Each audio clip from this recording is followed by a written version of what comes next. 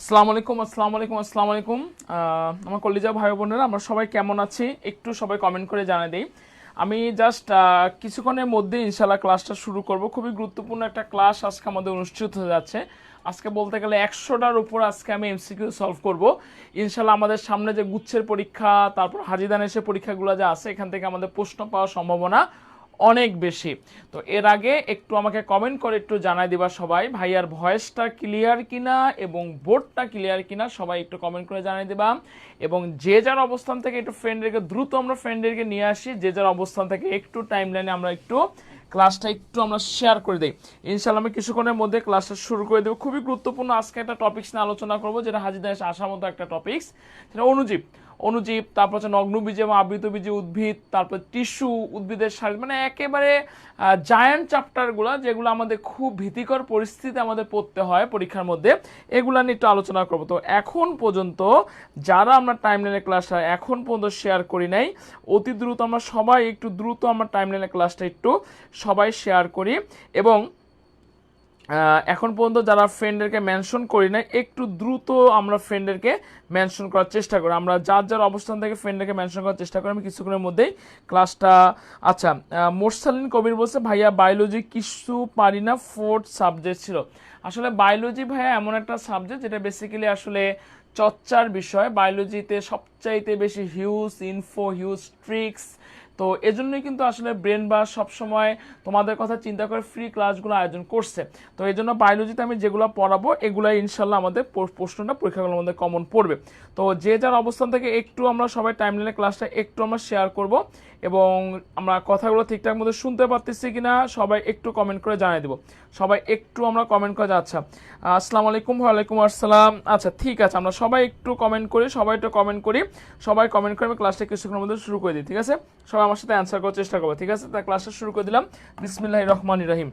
ওকে, আচ্ছা ভাই দেখো, প্রথম কোশ্চেনটা আমার সাথে কিন্তু সবাই একটু কমেন্ট করার চেষ্টা করবা। ঠিক আছে, আমার সাথে সবাই একটু কমেন্ট করার চেষ্টা করো, মনে করবা যে এটাই তোমাদের একদম রিভিশন হচ্ছে একদম বিকালে ক্লাসটা। একটা কথা হলো, আমাদের ক্লাসটা 4:30টার দিকে হওয়ার কথা ছিল, তো যেহেতু আমাদের একটু টেকনিক্যালি সমস্যা ছিল, 2 নম্বর আসরের নামাজ যেহেতু আমাদের 4:40 আমাদের আজান দিয়েছে, তো এই জন্য আজানের পরে আমি ক্লাসটা শুরু করলাম। তো একেবারে এই মুহূর্তে আসলে আমরা সবাই একটু পড়াটা যে যার অবস্থান থেকে একটু ঝালাই করে নিব, কারণ পড়াটা কিন্তু যদি না ঝালাই করে নিই আসলে কিন্তু আমাদের হবে না। ঠিক আছে, মনে করবা যে এগুলো কোশ্চেনগুলো খুবই গুরুত্বপূর্ণ জিনিস। ঠিক আছে, ওকে ভাই, তা আমার সাথে সবাই একটু আমরা অ্যান্সার করার চেষ্টা করবো। ঠিক আছে, দেখো প্রথম কোশ্চেনটা দেখো, খুবই গুরুত্বপূর্ণ কোশ্চেন। সবাই একটা খুবই গুরুত্বপূর্ণ কোশ্চেনটা কি দেওয়া আছে বলেন তো? পেঁপে রিং স্পট রোগ, একটা রোগের আছে পেঁপে রিং স্পট রোগ। আচ্ছা ভালো কথা, এই রোগটা বেসিক্যালি কোন পতঙ্গের মাধ্যমে সে বিস্তার লাভ করতেছে? কি বললাম, কোন পতঙ্গের মাধ্যমে বিস্তার লাভ করতেছে? প্রজাপতির মাধ্যমে, ঘাসফড়িংয়ের মাধ্যমে, মৌমাছির মাধ্যমে, নাকি এফিডের মাধ্যমে? আমরা একটু সবাই রিকল করি, সবাই একটু কমেন্ট করি, কারণ এই জন্যই কমেন্ট করবো যাতে আমাদের পড়াগুলো আসলে হয়ে যায়। ঠিক আছে, তো দেখো, পেঁপে রিং স্পট রোগ কখনোই প্রজাপতির মাধ্যমে বিস্তার লাভ করে না, কখনোই ঘাসফড়িং প্রশ্নই আসে না, মৌমাছিও প্রশ্ন আসে না। তাহলে এটা অ্যাপ্রোপ্রিয়েট অ্যান্সার কি হবে বলেন তো? এফিড হবে। খুবই গুরুত্বপূর্ণ একটা কোশ্চেন এবং আসার মতো কোশ্চেন। ঠিক আছে, এই কোশ্চেনটা সবাই একটা কথা বলে, পেঁপে রিং স্পট রোগ কিসের মাধ্যমে বিস্তার লাভ করতেছে? এফিডের মাধ্যমে বিস্তার। সবাই একটু কমেন্টে লিখি, সবাই একটু কমেন্টে লিখি, পড়াটা কিন্তু মুখস্থ হয়ে যায়। কিসের মাধ্যমে বিস্তার লাভ করতেছে বলো তো? এফিডের মাধ্যমে বিস্তার লাভ করতেছে। ঠিক আছে, ওকে। আচ্ছা, পরের কোশ্চেন আমরা চলে আসব। সবাই একটু আমরা কমেন্ট করার চেষ্টা করব, এবং যারা এখন পর্যন্ত আমরা টাইমলাইনের ক্লাসটা শেয়ার করি না, একটু আমরা দ্রুত টাইমলাইনের ক্লাসটা কি করব? শেয়ার করব। ঠিক আছে, ওকে। পরের কোশ্চেন দেখো সবাই, কোশ্চেনটা কি দেওয়া আছে? ডেঙ্গু জ্বরে আক্রান্ত রোগীর রক্তে কোনটির উপস্থিতি পাওয়া যায়? কেউ যদি, আমরা জানি যে ডেঙ্গু রোগের যে ভাইরাসটার নাম হচ্ছে ফ্ল্যাভি ভাইরাস, এটা NS1 বেশ কিছু টেস্ট আছে। তো এই টপিকসটা কিন্তু আমাদের হাজিদানেশের জন্য এবং স্বাস্থ্যের জন্য, সরি গুচ্ছের জন্য অনেক বেশি গুরুত্বপূর্ণ। সেটা কোনটির উপস্থিতি আসলে আমাদের পাওয়া যায়, মানে আক্রান্ত রোগীর রক্তে কোনটি উপস্থিতি পাওয়া যায়? অবশ্যই একটা জিনিস দেখো, আইজি দ্বারা বেসিক্যালি আমরা কি বুঝি? আইজি দ্বারা বেসিক্যালি ইমিউনোগ্লোবিউলিন বুঝি, এবং ইমিউনোগ্লোবিউলিন বেসিক্যালি 5 প্রকার। মনে রাখার সূত্র হচ্ছে জি, এ, এম, ই আর হচ্ছে ডি। ঠিক আছে, আচ্ছা এখন আমার কোশ্চেন হচ্ছে, ডেঙ্গু জ্বরে আক্রান্ত রোগীর রক্তে কোনটির উপস্থিতি পাওয়া যায়? অবশ্যই আমাদের মাথায় রাখতে হবে, ডেঙ্গু জ্বরে আক্রান্ত রোগীর রক্তে আমরা কি পাবো? ইমিউনোগ্লোবিউলিন এম পাবো, তাহলে আমাদের যে অ্যান্সারটা কি হবে, এটা অ্যান্সার হচ্ছে এম। ঠিক আছে, এটা অ্যান্সার সি। সবাই একটু আমরা কমেন্ট করে জানিয়ে দেই, সবাই একটু আমরা কমেন্ট করে জানিয়ে দেবো। ঠিক আছে, সবাই একটু আমরা কমেন্ট করে জানিয়ে দেবো। ওকে, আচ্ছা, পরের কোশ্চেনে আমি চলে আসবো। পরের কোশ্চেন আমি যদি চলে আসি, দেখো কোশ্চেনটা আমাদের কি দেওয়া আছে, খুবই গুরুত্বপূর্ণ একটা কোশ্চেন। এই কোশ্চেনটা থেকে প্রশ্ন আসার সম্ভাবনা অনেক বেশি। আচ্ছা, কোশ্চেনটা ভাই কি দেওয়া আছে? কোশ্চেনটা আমাদের এখানে দেওয়া আছে, ডেঙ্গু ভাইরাসের আকৃতি কেমন? আমাদের ভাইরাসের যে আকৃতি টপিক্সটা, এটা কিন্তু পরীক্ষার মধ্যে আমাদের এবার হাজিদানেশের জন্য এবং গুচ্ছের জন্য অনেক গুরুত্বপূর্ণ একটা টপিক্স। এখান থেকে প্রশ্ন আসার সম্ভাবনা আমাদের অনেক বেশি। তো ডেঙ্গু ভাইরাসের আকৃতি কেমন, বেশ কটা অপশন আছে আমাদের। গোলাকার ভাইরাস আছে, দন্দাকার ভাইরাস আছে, ডিম্বাকার ভাইরাস আছে, এবং কি আছে বলতো, ঘনক্ষেত্রাকার হচ্ছে আমাদের ভাইরাস আছে। আচ্ছা, আমি একটু যদি ডিটেলস যদি আলোচনা করতে চাই, আমাদের ঘনক্ষেত্রাকার ভাইরাস আসলে কোনগুলো, একটু কিন্তু সবাই একটু রিকল করি। দেখো, ঘনক্ষেত্রাকার ভাইরাসের মনে রাখার সূত্র ভ্যাকেশনে হাঁপানি। কি বললাম? ভ্যাকেশনে হাঁপানি। ভাই আপনি কেন সূত্রটা লিখেছেন? ঘনক্ষেত্রাকার ভাইরাসটা কি বলছে? ভ্যাকেশনে হাঁপানি। কেন? ভ্যাতে হচ্ছে যে ভ্যাকসিনিয়া ভাইরাস, ভ্যাতে কি ভাইরাস? Vaccinia virus. এবং হাতে কি ভাইরাস? হাতে হচ্ছে আমাদের হলো হারপিস ভাইরাস। তো আমাদের পরীক্ষার মধ্যে কিন্তু ঘনক্ষেত্রাকার ভাইরাসের এক্সাম্পলগুলো পরীক্ষার মধ্যে দিতে পারে। তাহলে সূত্রটা কি বলছি? ভ্যাকেশনে হাঁপানি মানে কি? ভ্যাকসিনিয়া ভাইরাস আর হচ্ছে হারপিস ভাইরাস। এই যে ঘনক্ষেত্রাকার ভাইরাসের আরেকটা কিন্তু নাম আছে, কিউবিকাল ভাইরাস অথবা পাউরুটির মতো ভাইরাসও আমরা বলতে পারি।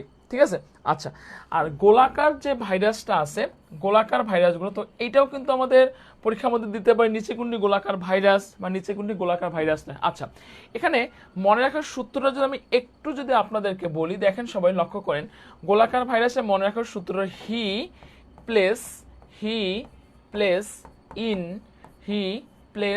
In team Dhaka. কি বলছি বলেন তো? He plays in team Dhaka, এই কথাটা আমার সূত্রটা। তার মানে যত গোলাকার ভাইরাস, এবং একটা জিনিস আপনাদের অবশ্যই মাথায় রাখতে হবে, গোলাকার ভাইরাসের ইংলিশ টার্মটাকে আমরা কি বলতে পারি বলেন তো? স্পেরিক্যাল ভাইরাসও কিন্তু বলতে পারি। আচ্ছা, ভালো কথা। আমি সূত্রটা কি বলছি? He plays in team Dhaka. কেন বলছি বলেন তো? এইচ মানে কি? HIV, পি মানে কি? পোলিও, টি মানে কি? TIV, ডি মানে কি? ডেঙ্গু। তার মানে কি, এই যে আমার সূত্রটা বললাম, দেখেন আমার কোশ্চেনটা আমি আপনাদেরকে দিচ্ছি, ডেঙ্গু ভাইরাস আকৃতি কেমন। তার মানে কি, আমি এতটুকু বলতে পারবো আজকের ক্লাস থেকে ইনশাল্লাহ এই টাইপের কোশ্চেনগুলো আসবে। আকৃতি টাইপ থেকে কোশ্চেন আমি চ্যালেঞ্জ দিয়ে বলতে পারবো আপনাদের গুচ্ছের মধ্যে কোশ্চেন আসবেই। আমি চ্যালেঞ্জ দিয়ে বলতে পারবো হাজিদান্সের কোশ্চেন আসবেই ভাই। তো আমি যেটা বলতেছিলাম, আমাদের ডেঙ্গু ভাইরাসের আকৃতি কেমন? অবশ্যই ডেঙ্গু, অবশ্যই এটা অবশ্যই কি হচ্ছে বলেন তো ভাই?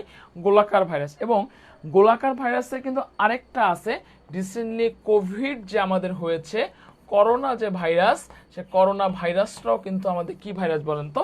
গোলাকার ভাইরাস। ঠিক আছে, সবাই একটু ক্লিয়ার কিনা একটু সবাই কমেন্ট করে জানাই দিবেন। ঠিক আছে, আচ্ছা, একটু যদি আপনাদেরকে যদি বলতে চাই, আচ্ছা বলেন তো ডিম্বাকার ভাইরাসের এক্সাম্পলটা কি? এটা কিন্তু পরীক্ষার মধ্যে প্রায় সময় দেয়, অবশ্যই মাথায় রাখবেন।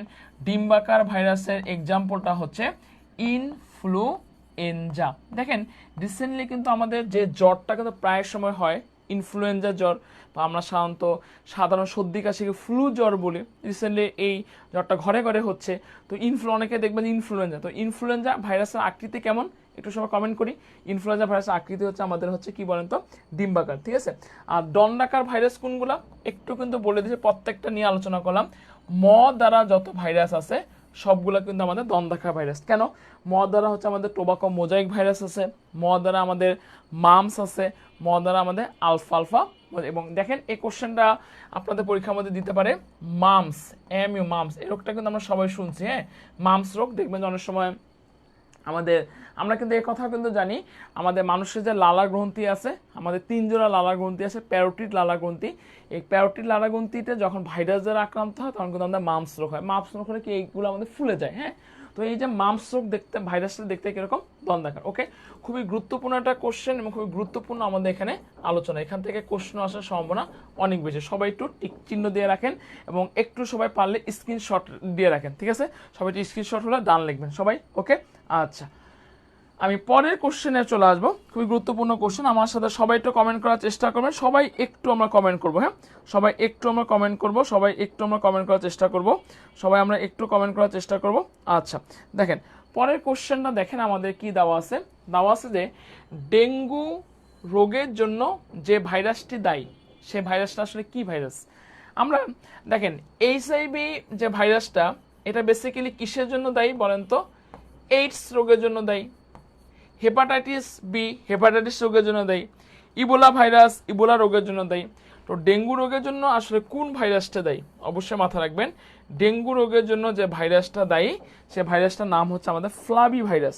কি বললাম সবাইটা কথা বলি, ডেঙ্গু ভাইরাসের জন্য যে ভাইরাসটা দায়ী সে ভাইরাসের নাম কি বলেন তো সবাই? ফ্লাভি ভাইরাস। ডেঙ্গু ভাইরাসের জন্য, ডেঙ্গু রোগের জন্য যে ভাইরাসটা দেয় সেটা আমাদের কি ভাইরাস বলেন তো? ফ্লাভি ভাইরাস। ঠিক আছে, ওকে। আচ্ছা পরের কোশ্চেন খুবই গুরুত্বপূর্ণ কোশ্চেন, এই কোশ্চেনটা আসার মতো একটা কোশ্চেন। দেখেন কোশ্চেনে কি দেওয়া আছে, ডেঙ্গু ভাইরাস অ্যান্টিজেন NS1 এর পূর্ণ অর্থ কি? খুবই গুরুত্বপূর্ণ কোশ্চেন। দেখেন দেখেন অনেক সময় দেখবেন যে যাদের ডেঙ্গু ফিভার হয় বা একটু জ্বর হয়, ডক্টরের কাছে গেলে কিন্তু ডক্টর বেশ কিছু টেস্ট দেয়, হ্যাঁ তখন কিন্তু দেখবেন যে সে টেস্টের মধ্যে খুব সুন্দর একটা টেস্টের নাম আপনাদের লেখা থাকে, টেস্টের নাম লেখা থাকে NS1 টেস্ট। ঠিক আছে, যখনই আপনি দেখবেন যে NS1 টেস্ট আছে তার মানে বুঝবেন যে ওইটা হলো ডেঙ্গু টেস্ট ভাই। হ্যাঁ, তো আমার কোশ্চেন হলো যে ডক্টররা খাতায় লেখে প্রেসক্রিপশন NS1, কিন্তু NS1 এর what is the full abbreviation of NS1? NS1 এর ফুল অ্যাব্রিভিয়েশন আসলে কি? দেখেন প্রায় দেখবেন সবগুলো কিন্তু দেখবেন যে প্রায় কিন্তু একই রকম দেখা যাচ্ছে, সবগুলো কিন্তু কি দেখা যাচ্ছে? একই রকম কিন্তু আমাদের দেখা যাচ্ছে। ঠিক আছে, আমি কি বললাম দেখেন তো, ডেঙ্গু ভাইরাসে অ্যান্টিজেনে NS1 এর পূর্ণ রূপ কি? অবশ্যই মাথা রাখবেন, NS1 এর পূর্ণ রূপ হচ্ছে নন স্ট্রাকচারাল প্রোটিন 1। প্রায় কিন্তু সবগুলাই কিন্তু দেখবেন যে সবগুলার নামের শেষে কিন্তু প্রোটিন 1 আছে, প্রোটিন 1 আছে, প্রোটিন 1, কিন্তু এটা নিয়ে কিন্তু ঝামেলা হয় না, আমাদের ঝামেলা হয় স্পেলিং ক্ষেত্রে। দেখেন কি আছে, নিউট্রাল স্ট্রাকচারাল, নর্মাল স্ট্রাকচারাল, নন স্ট্রাকচারাল, নাকি কোনটা? অবশ্যই মাথা রাখবেন নন স্ট্রাকচারাল। সবাইটা কমেন্ট করে জানিয়ে দেই এন মানে কি, এন মানে হচ্ছে নন স্ট্রাকচারাল। খুবই গুরুত্বপূর্ণ কোশ্চেন এবং খুবই চুজি কোশ্চেন আমাদের সামনে গুচ্ছের জন্য এবং হাজিদানেশের জন্য। ওকে আচ্ছা ভালো কথা। এখন এখন এখন পরের কোশ্চেন দেখেন, এটা কিন্তু আমি অলরেডি আলোচনা করছি, তাও আমি কোশ্চেন আপনাদের রিকল করার জন্য দিলাম। ডেঙ্গু সংক্রমণের ডায়াগনস্টিক মার্কার কোনটা? আচ্ছা এখন প্রশ্ন করতে পারেন ভাইয়া ডায়াগনস্টিক মার্কারটা কি? কোনো রোগ হলে যেটা দ্বারা, মার্কার মানে নির্দেশক, ঠিক আছে আপনারা কিন্তু কেমিস্ট্রিতে পড়ছেন, নির্দেশক পড়ছেন, ঠিক তেমনি ডক্টররা বেশ কিছু টেস্টের মাধ্যমে এটা নির্ণয় করে। তো আমার কোশ্চেন হচ্ছে যে ডেঙ্গু সংক্রমণ ডায়াগনস্টিক মার্কারটা কোনটা? নিউক্লিক অ্যাসিড না, H1 না, ই না, এটা জাস্ট কথার জন্য দিয়েছে, বাট কি করছি বলতে NS1, এবং এই NS1 এর ফুল অ্যাব্রিভিয়েশন কিন্তু আগের স্লাইডে আমি আপনাদের দেখাই দিছি। ঠিক আছে, ওকে। পরের কোশ্চেন আমি খুবই গুরুত্বপূর্ণ কোশ্চেন, দেখেন কি দেওয়া আছে, একটু সবাই কথা বলি, খুবই গুরুত্বপূর্ণ কোশ্চেন, এই কোশ্চেন খুবই একটা চুজি কোশ্চেন। আচ্ছা এটা ডেঙ্গি, কি বলছি বলেন তো? ডেঙ্গি, ডেঙ্গি ভাইরাসের বাহককে, ডেঙ্গি ভাইরাসের বাহককে। এখানে বেশ কয়েকটা অপশন দেওয়া আছে, এডিস অ্যাজেপ্টি, এডিস অ্যালবোপিক্টাস, উভয় নাকি কোনটা। আমি একটু কথা বলে রাখি, আর ডেঙ্গু এমন একটা রোগ যেটা বাহক হলো মশা। ভালো কথা, মশা, মশার তো ভাই অনেক জাত আছে, তো মশার কোন জাত? এডিস জাত। এডিসের আবার বেশ অসংখ্য জাত আছে, এডিসের মধ্যে দুটো জাত, একটা হচ্ছে এডিস অ্যাজেপ্টি, 2 নম্বর হচ্ছে এডিস অ্যালবোপিক্টাস। দুইটা জিনিস কিন্তু পরীক্ষার জন্য অনেক বেশি গুরুত্বপূর্ণ। এডিস অ্যাজেপ্টি, এডিস অ্যালবোপিক্টাস, দুটাই কিন্তু আমাদের সে কি করবে বলেন? দুটাই কিন্তু আমাদের সে ডেঙ্গু ভাইরাসের বাহক। তার মানে কি এ আর বি, তার মানে অবশ্যই সি হচ্ছে, মানে উভয় বোঝাচ্ছে। উভয় মানে কি এ এরও অ্যান্সার হচ্ছে প্লাস বি এরও অ্যান্সার হচ্ছে।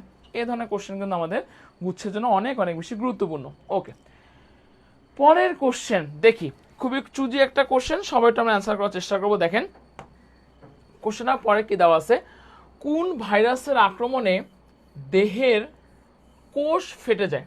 দেখবেন যে এমন কিছু কিছু রোগ আছে যার জন্য দেহের কোষটা আমাদের ফেটে যাচ্ছে। একটা জিনিস মাথা রাখবে, একদম ঠোঁটের কিনারে রাখতে হবে, যে ভাইরাসটার জন্য দেহের কোষ ফেটে যায় সে ভাইরাসটার নাম হচ্ছে ইবোলা ভাইরাস। এই ইবোলা ভাইরাস ইবোলা ভাইরাস সবচাইতে বেশি যে জায়গায় হয় সেটার নাম হচ্ছে মধ্যপ্রাচ্যে হয়। ঠিক আছে, কোন ভাইরাসের আক্রমণে দেহের কোষটা ফেটে যায়? অবশ্যই মাথায় রাখবেন ইবোলা ভাইরাসের জন্য আমাদের কি হচ্ছে, দেহের কোষ ফেটে। খুবই গুরুত্বপূর্ণ কোশ্চেন, কোশ্চেনটা কিন্তু আসার মতো কোশ্চেন। ঠিক আছে, ওকে। পরের কোশ্চেন একটু সবাই কথা বলার চেষ্টা করব, একটু সবাই কমেন্ট করার চেষ্টা করব, দেখি কার সঠিক আনসার হয়। সবাই একটু কথা বলার চেষ্টা করবো, ঠিক আছে? এবং যারা এখন পর্যন্ত ক্লাসটা আমরা শেয়ার করি নাই, অতি দ্রুত আমরা টাইম লাইনে ক্লাসটা শেয়ার করে দিই। আচ্ছা দেখেন, পরের কোশ্চেন দেখেন কি দেওয়া আছে, নিচের কোনটি ব্যাকটেরিয়া সৃষ্ট রোগ? এখানে চারটা যে অপশন আছে চারোটাই কিন্তু আমাদের রোগ, মানে ডিজিজ। তো কথা হলো যে কোন রোগটা আমাদের ব্যাকটেরিয়া দ্বারা সৃষ্টি হয়। একটা জিনিস আপনারা মাথায় রাখবেন, এই পৃথিবীতে ভাইরাস দ্বারা রোগ সৃষ্টি হয়, আর ব্যাকটেরিয়া দ্বারা। যত রোগ আছে পৃথিবীতে, যত রোগ আছে, সকল রোগ হয় ভাইরাস দ্বারা, না হয় ব্যাকটেরিয়া। ভাই এই দুইটা ছাড়া কালপ্রিট দুনিয়াতে নাই, কারণ দুইটা সে আপনার কি করবে, রোগ সৃষ্টি করবে, রোগের সৃষ্টি করে সে নানা রকম কষ্ট দিবে মানুষদেরকে। তো আমার কোশ্চেন হচ্ছে এই রোগগুলোর নাম শুনছে, ম্যালেরিয়া, ডেঙ্গু, হেপাটাইটিস। তো মজার ব্যাপার হচ্ছে এই ম্যালেরিয়া, ডেঙ্গু, হেপাটাইটিস কিন্তু আমাদের ভাইরাস দ্বারা হচ্ছে, আর ব্যাকটেরিয়া সৃষ্ট রোগ হচ্ছে আমাদের কলেরা। অনেক আপনারা কলেরার নাম শুনছেন, কলেরা রোগ পানিবাহিত রোগের নাম হচ্ছে কলেরা, তারপর হচ্ছে যে টাইফয়েড। এজন্য কিন্তু মহাখালীতে একটা হসপিটাল আছে কলেরা নির্ণয়। তো এগুলো কিন্তু আমাদের বেসিক্যালি কি বলেন তো, ব্যাকটেরিয়া ঘটিত রোগ। তাই ব্যাকটেরিয়া ঘটিত রোগের নাম কি বলছি বলেন তো, কলেরা। ওকে, পরের কোশ্চেন দেখেন, সবাই একটু কথা বলি। পরের কোশ্চেন দেখেন কি দেওয়া আছে, ব্যাকটেরিয়া ঘটিত রোগ আসলে কোনটা বলেন? ব্যাকটেরিয়া ঘটিত রোগ কোনটা? ব্যাকটেরিয়া ঘটিত রোগ কোনটা? দেখেন ব্যাকটেরিয়া ঘটিত রোগ, আচ্ছা এইডস। হ্যাঁ, এটা কি ঘটিত রোগ ভাই? অবশ্যই এইডস, এটা হচ্ছে আমাদের ভাইরাস ঘটিত রোগ। পোলিও, হ্যাঁ পোলিও, এটা হচ্ছে আমাদের কি ঘটিত রোগ বলেন তো? এটাও কিন্তু আমাদের ভাইরাস ঘটিত রোগ। হেপাটাইটিস, এটাও কিন্তু আমাদের কি ঘটিত রোগ বলেন তো? এটাও কিন্তু আমাদের ভাইরাস ঘটিত রোগ। আচ্ছা, তাহলে ব্যাকটেরিয়া ঘটিত রোগ আসলে কোনটা? অবশ্যই মাথা রাখবেন, ব্যাকটেরিয়া ঘটিত রোগ হচ্ছে আমাদের ধনুষ্টঙ্কার। ব্যাকটেরিয়া ঘটিত রোগটা কি বলছি বলেন তো? ধনুষ্টঙ্কার। ঠিক আছে, ওকে। পরের কোশ্চেনে যদি আমি চলে আসি, নিচের কোনটি ভাইরাস ঘটিত রোগ নয়? আমি কিন্তু বারবার বলতেছিলাম রোগ নয়, কোনটি সত্য, কোনটি ভাইরাস ঘটিত রোগ নয়, এ কথাটার মানে হচ্ছে যে কোনটি ব্যাকটেরিয়া ঘটিত রোগ। কোনটি ভাইরাস ঘটিত রোগ নয় মানে কি, কোনটি ব্যাকটেরিয়া ঘটিত রোগ, কোনটি ব্যাকটেরিয়া ঘটিত রোগ।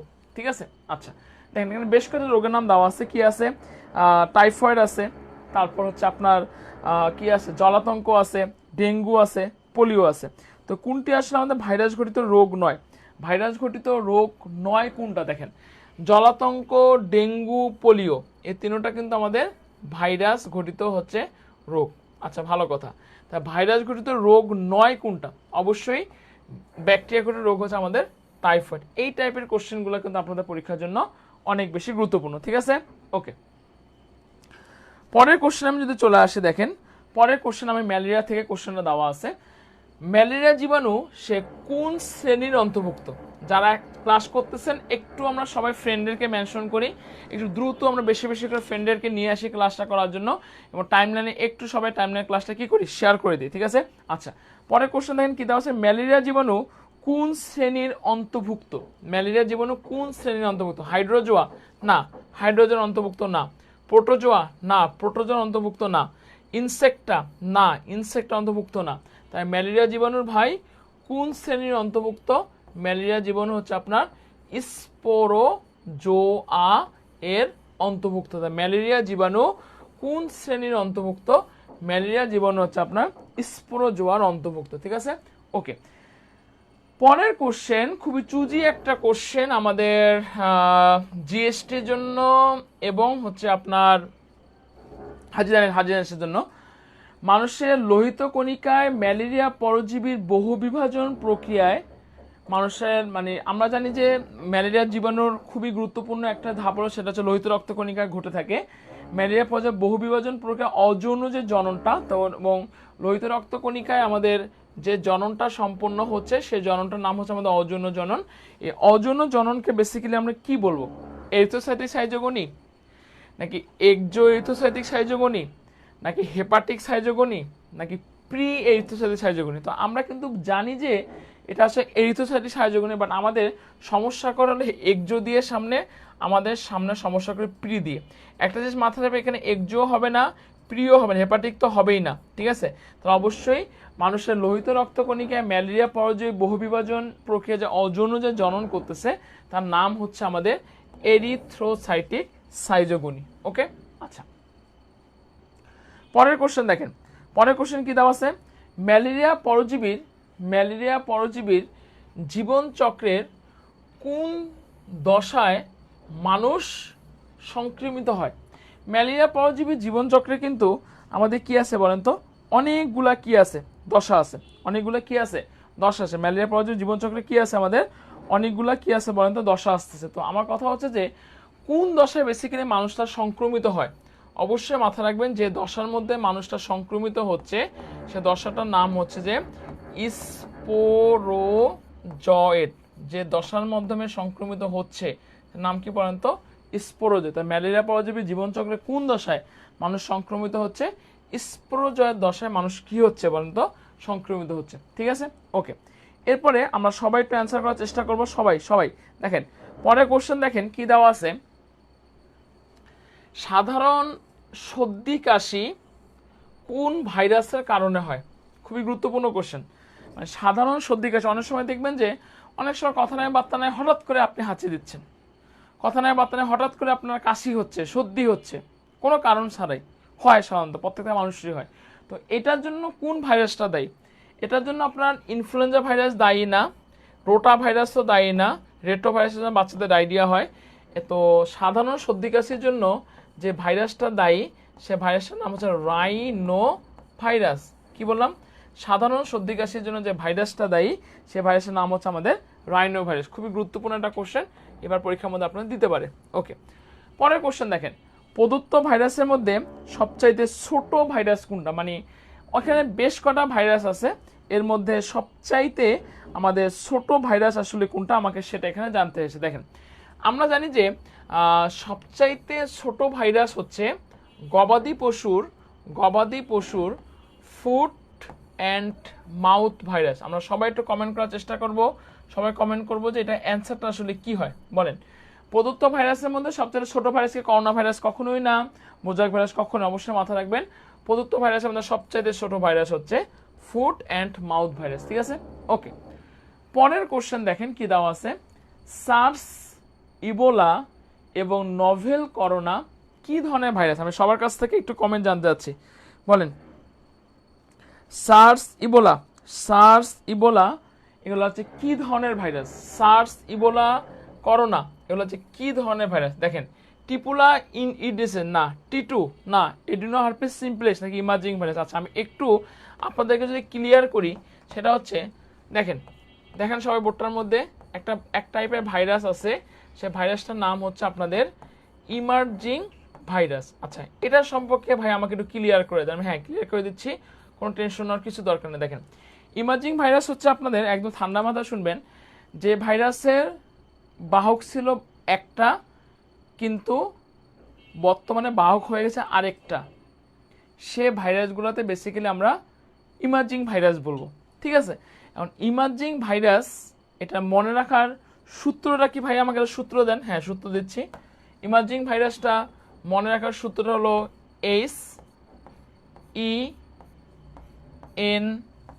HENS। কি বলছি? হেন্স। ইমার্জিং ভাইরাস একদম ঠোঁটে কেনা থাকে, কি বলছি? হেন্স। কেন ভাই? এস ফর কি বলেন তো? SIV। ই ফর কি? ইবোলা। এন ফর কি? NIR নীল। এবং এস ফর কি বলেন তো?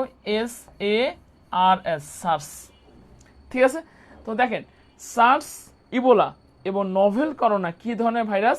অবশ্যই তারা হচ্ছে ইমার্জিং ভাইরাস। বাট পরীক্ষার মধ্যে ইমার্জিং ভাইরাস কোনগুলো সেগুলো কিন্তু আমি আপনাদের শিখাই দিচ্ছি। একটা জিনিস দেখেন সার্স, হ্যাঁ সার্স সম্পর্কে যদি একটু কথা বলি, এটা আপনাদের পরীক্ষার মধ্যে দিতে পারে। SARS SARS. সার্সের পূর্ণরূপ কি দেখেন, সবাই একটু লেখেন খাতার মধ্যে। সার্সের পূর্ণরূপ হচ্ছে যে সেভার অ্যাকিউট অ্যাকিউট রেসপাইরেটরি সেভার অ্যাকিউট রেসপাইরেটরি সিনড্রোম সেভার অ্যাকিউট রেসপাইরেটরি সিনড্রোম, ঠিক আছে। এবং এই যে সেভার অ্যাকিউট রেসপাইরেটরি সিনড্রোম, এটার জন্য বেসিক্যালি যে ভাইরাসটা দায়ী, সেই ভাইরাসটার নাম হচ্ছে নিপা ভাইরাস। কি ভাইরাস? নিপা ভাইরাস, ঠিক আছে। ওকে, এটা কিন্তু আপনাদের খুব সুন্দর করে ভালো করে পড়তে হবে। দেখেন যে কোশ্চেন আমি এখানে কি বলছি, এখানে সার্স, ইবোলা এবং নোভেল করোনা এগুলো আমাদের কি ধরনের ভাইরাস? এগুলো হচ্ছে আমাদের হলো ইমার্জিং হচ্ছে ভাইরাস, ঠিক আছে। সবাই ক্লিয়ার করে একটা কথা বলুন। ওকে, পরের কোশ্চেন আমি চলে আসবো। দেখেন পরের কোশ্চেন আমাদের কি দেওয়া আছে, পরের কোশ্চেনে দেওয়া আছে পোষক কোষের কোথায়, বলেন পোষক কোষের কোন জায়গায় ভাইরাসের প্রোটিনটা আমাদের সংযুক্ত হয়। আমরা জানি ভাইরাস মানেই হচ্ছে আপনার প্রোটিন প্লাস হলো নিউক্লিক অ্যাসিড। তো ভাইরাসটা বাধ্যতামূলকভাবে পরজীবী, তো এটার জন্য আপনার প্রোটিনটা পোষক কোষের কোন জায়গায় প্রোটিনটা সংযুক্ত হয়? নিউক্লিয়াসে কখনোই সংযুক্ত হয় না, সাইটোপ্লাজমে সংযুক্ত হয় না, নিউক্লিয়াম এগুলো তো দূরের কথা নাই আসলে। তো পোষক কোষের কোথায় ভাইরাসের প্রোটিন সংযুক্ত হয়? রিসিপ্টর সাইটের সাথে প্রোটিনটা সংযুক্ত হয়। এই কোশ্চেনটা কিন্তু আমাদের এবার হাজি দানেশের জন্য খুবই একটা চুজি কোশ্চেন, আপনারা একটু সবাই অ্যান্সার করার চেষ্টা করবেন।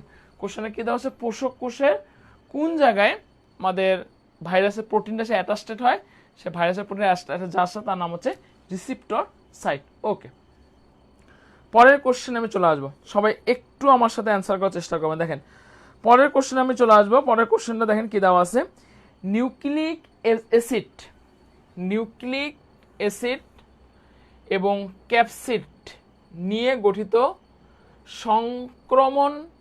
সংক্রমণক্ষম ভাইরাস কণাকে কি বলে? নিউক্লিক অ্যাসিড এবং ক্যাপসিড দ্বারা গঠিত সংক্রমণক্ষম ভাইরাস কণাকে কি বলে? দেখেন আমি একটু যদি আপনাদেরকে যদি বলি, কি বলছি, নিউক্লিক অ্যাসিড এবং সংক্রমণক্ষম ভাইরাস সংক্রমণক্ষম। দেখেন যেটা বলতেছিলাম এখানে কিন্তু চারটারই কিন্তু আমাদের টার্ম আছে। ভাইরাস মানে যে আপনার সংক্রমণক্ষম হবে সেটা কিন্তু না, ভাইরাস কিন্তু কিছু কিছু সংক্রমণ ক্ষমতাবিহীন হয়। তো সংক্রমণ ক্ষমতাবিহীন ভাইরাসকে কিন্তু আমরা কি বলবো? ভিরিয়য়েড বলবো। এটা হলো কি বলছি, সংক্রমণ ক্ষমতাবিহীন। এগুলো কিন্তু পরীক্ষার মধ্যে দিতে পারে। আর সংক্রমণক্ষম ভাইরাস মানে বলতে আমরা কি বুঝি? হ্যাঁ, সে সবকিছু মারধর করে একদম একাকার করে ফেলে ভাইরাস মানে, মানে অন, মানে he is on fire, he is on fire, সে রেগে আগুন। তো ভিরিয়ন মানে সংক্রমণক্ষম, আর সংক্রমণ ক্ষমতাবিহীন কি হচ্ছে বলেন তো? ভিরিয়ড। আর পিরিয়ন কি আর নিউক্লিক ক্যাপসিড কি? দেখেন সবাই, তো ভাইরাস মানেই হলো প্রোটিন প্লাস নিউক্লিক অ্যাসিড, আমরা সবাই জানি। তো কিছু কিছু ভাইরাস আছে শুধুমাত্র প্রোটিন দ্বারা তৈরি, এখানে কোনো নিউক্লিক অ্যাসিড থাকবে না। তো যে ভাইরাসটা শুধুমাত্র প্রোটিন দ্বারা তৈরি, তো সে শূন্য প্রোটিন ভাইরাসকে আমরা কি বলবো? পিরিয়ন। একদম ঠোঁটে কিনে না থাকে, আমার সাথে কথা বলেন সবাই, কি বললাম? শূন্য প্রোটিন ভাইরাসকে কি বলবো? পিরিয়ন বলবো। আর শুধুমাত্র প্রোটিন বাদ দিয়ে নিউক্লিক অ্যাসিড দ্বারা যে গঠিত সেই ভাইরাসকে আমরা কি বলবো? নিউক্লিও ক্যাপসিড বলবো। এই চারটা টার্ম আমি চ্যালেঞ্জ দিয়ে বলতে পারবো, একটা জিনিস আপনারা এই টাইপের কোশ্চেন পরীক্ষার মধ্যে আপনারা পেতে পারেন। তো নিউক্লিক অ্যাসিড এবং ক্যাপসিড দ্বারা গঠিত সংক্রমণক্ষম, হি ইজ অন ফায়ার, তাকে আমরা কি বলবো? অবশ্যই আমরা ভিরিয়ন বলবো, ঠিক আছে। ওকে, পরের কোশ্চেন দেখেন কি দেওয়া আছে, অ্যালকোহল শিল্পে ব্যবহৃত ইস্টকে নিচের কোন ভাইরাসটি ধ্বংস করে? দেখেন অ্যালকোহল শিল্পে, অ্যালকোহল একটা ইন্ডাস্ট্রিয়াল খাত, মদ্যশিল্প, অ্যালকোহল শিল্পকে মদ্যশিল্প বলা হয়। এই জায়গায় সাধারণত ইস্ট ব্যবহার করা, আমরা কিন্তু আপনার কেমিস্ট্রিতে পড়ছেন, ইস্ট সাধারণত কি করা হয়? পাউরুটিকে সে ফুলায় ফেলে, তাই না? তো অ্যালকোহল শিল্পে, রুটি শিল্পে কোনটি ব্যবহৃত হয়? এটা যদিও আপনারা রসায়নে পড়ছে, ইস্ট ব্যবহৃত হয়। এটা একটা কোশ্চেন আপনাদের পরীক্ষা দিতে পারে। অ্যালকোহল শিল্পে ব্যবহৃত ইস্টকে কোন ভাইরাসটি ধ্বংস করে ফেলে? সে অবশ্যই মাথা রাখবেন যে ভাইরাসটা ধ্বংস করে ফেলে, সে ভাইরাসটার নাম হচ্ছে আমাদের জাইমোফাস ভাইরাস। কি ভাইরাস বলছে বলেন তো? জাইমোফাস ভাইরাস, ঠিক আছে। ওকে, পরের কোশ্চেন কি দেওয়া আছে দেখেন, সবাইটা অ্যান্সার করি। পরের কোশ্চেন দেওয়া আছে, পরের কোশ্চেনটা কি দেওয়া আছে সবাইটা কথা বলি, পরের কোশ্চেনটা দেখেন কি দেওয়া আছে। পরের কোশ্চেনটা কি দেওয়া আছে, পলিস্যাকারাইড সংশ্লেষণ এবং পরিবহনে কে অংশগ্রহণ করে? আমরা সবাইটা কমেন্ট করি, সবাইটা কথা বলি।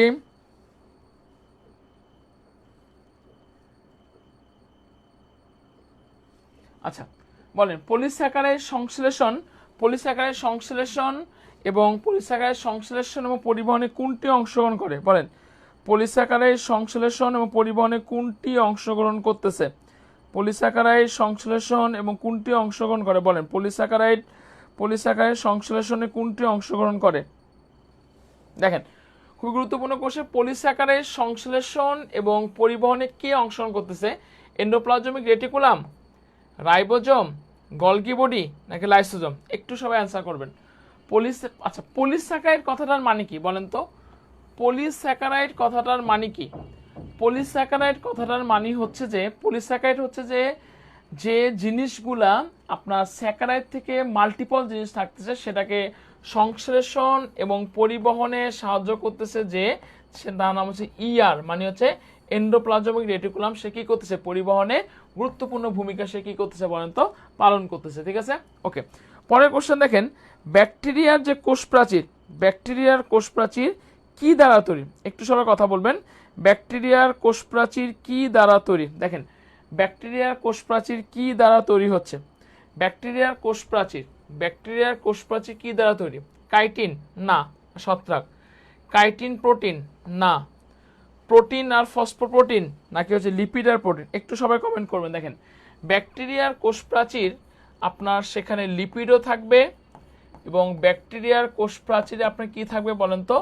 প্রোটিনও থাকবে। মানে ব্যাকটেরিয়ার কোষ প্রাচীর লিপিড আর প্রোটিনের সমন্বয় তৈরি হচ্ছে। ওকে, আচ্ছা পরের কোশ্চেন দেখেন কি দেওয়া আছে, নিচের কোনটি আসলে উদ্ভিদ ভাইরাস? খুবই একটা চুজি কোশ্চেন, সবাই একটু আমরা কমেন্ট করার চেষ্টা করব, সবাইটা কমেন্ট করে দেখি। কোশ্চেনটা কি দেওয়া আছে, কোনটি আসলে উদ্ভিদ ভাইরাস? এইচআইভি কি উদ্ভিদ ভাইরাস? না, প্রাণী ভাইরাস। ইনফ্লুয়েঞ্জা প্রাণী ভাইরাস, পোলিও প্রাণী ভাইরাস। তাহলে বাকি থাকলো কি ভাই? টিএমবি পূর্ণরূপ তো আমাকে জানতে হবে। টিএমবি পূর্ণরূপ কি? Tobacco mosaic virus. বুঝতে হবে, টোবাকো মানে তামাক, তামাক মানে উদ্ভিদ। তার মানে কি কোনটি উদ্ভিদ ভাইরাস? টিএমবিটা হচ্ছে আমাদের কি ভাইরাস বলেন তো? উদ্ভিদ ভাইরাস। ওকে, পরের কোশ্চেন দেখি, নিচের কোনটি হচ্ছে আমাদের গোলাকার ভাইরাস? সবাইটা কথা বলি, নিচের কোনটি গোলাকার? আমি কিন্তু ভাইরাসের কার কিরকম এটা কিন্তু আপনাদের সামনে আলোচনা করছি এবং এটা আমি বলে দিচ্ছি ভাইরাসের প্রকারভেদ থেকে পরীক্ষার মধ্যে কোশ্চেন দিতে পারে। দেখেন নিচের কোনটি হচ্ছে আমাদের গোলাকার ভাইরাস? একটু সবাই কথা বলবো, নিচের কোনটি গোলাকার ভাইরাস? দেখেন হারপিস ভাইরাস গোলাকার ভাইরাস না, টি2 ভাইরাস গোলাকার ভাইরাস না, টোবাকো মোজাইক ভাইরাস গোলাকার ভাইরাস না। তাহলে গোলাকার ভাইরাসটা কি বলছে? He plays in team Dhaka. Dhaka মানে ডেঙ্গু, ডেঙ্গুটা হচ্ছে আমাদের কি ভাইরাস বলেন তো? গোলাকার ভাইরাস। ঠিক আছে, ওকে। পরের কোশ্চেন, কোন ভাইরাসের আক্রমণে দেহের কোষ ফেটে যায়? এটা কিন্তু আমি আপনাদের পড়াইছি। কোন ভাইরাস একদম ঠোঁটের কিনারে থাকতে হবে। যে ভাইরাসের জন্য দেহের কোষ ফেটে যায় সে ভাইরাসকে আমি কি ভাইরাস বলবো? ইবোলা ভাইরাস বলবো। ঠিক আছে, পরের কোশ্চেন দেখেন, নিচের কোনটি ভাইরাস ঘটিত রোগ নয়? নিচের কোনটি ভাইরাস ঘটিত রোগ নয়? ডেঙ্গু ভাইরাস ঘটিত রোগ নয়। রোগ নয় মানে কি? তার মানে এর মধ্যে কোন রোগটা আপনার ব্যাকটেরিয়া দ্বারা হচ্ছে? এর মধ্যে কোন রোগটা আপনার কিসের দ্বারা হচ্ছে বলেন তো? ব্যাকটেরিয়া দ্বারা হচ্ছে। কোন রোগটা হচ্ছে?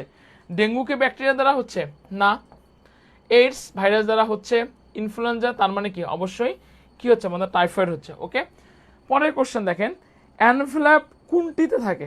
বলেন অ্যানভেলাপ কথাটার মানে কি? একটু যদি আমি আপনাদেরকে বলি, দেখেন ভাইরাসের মাঝখানে আমাদের কি থাকতেছে বলেন তো?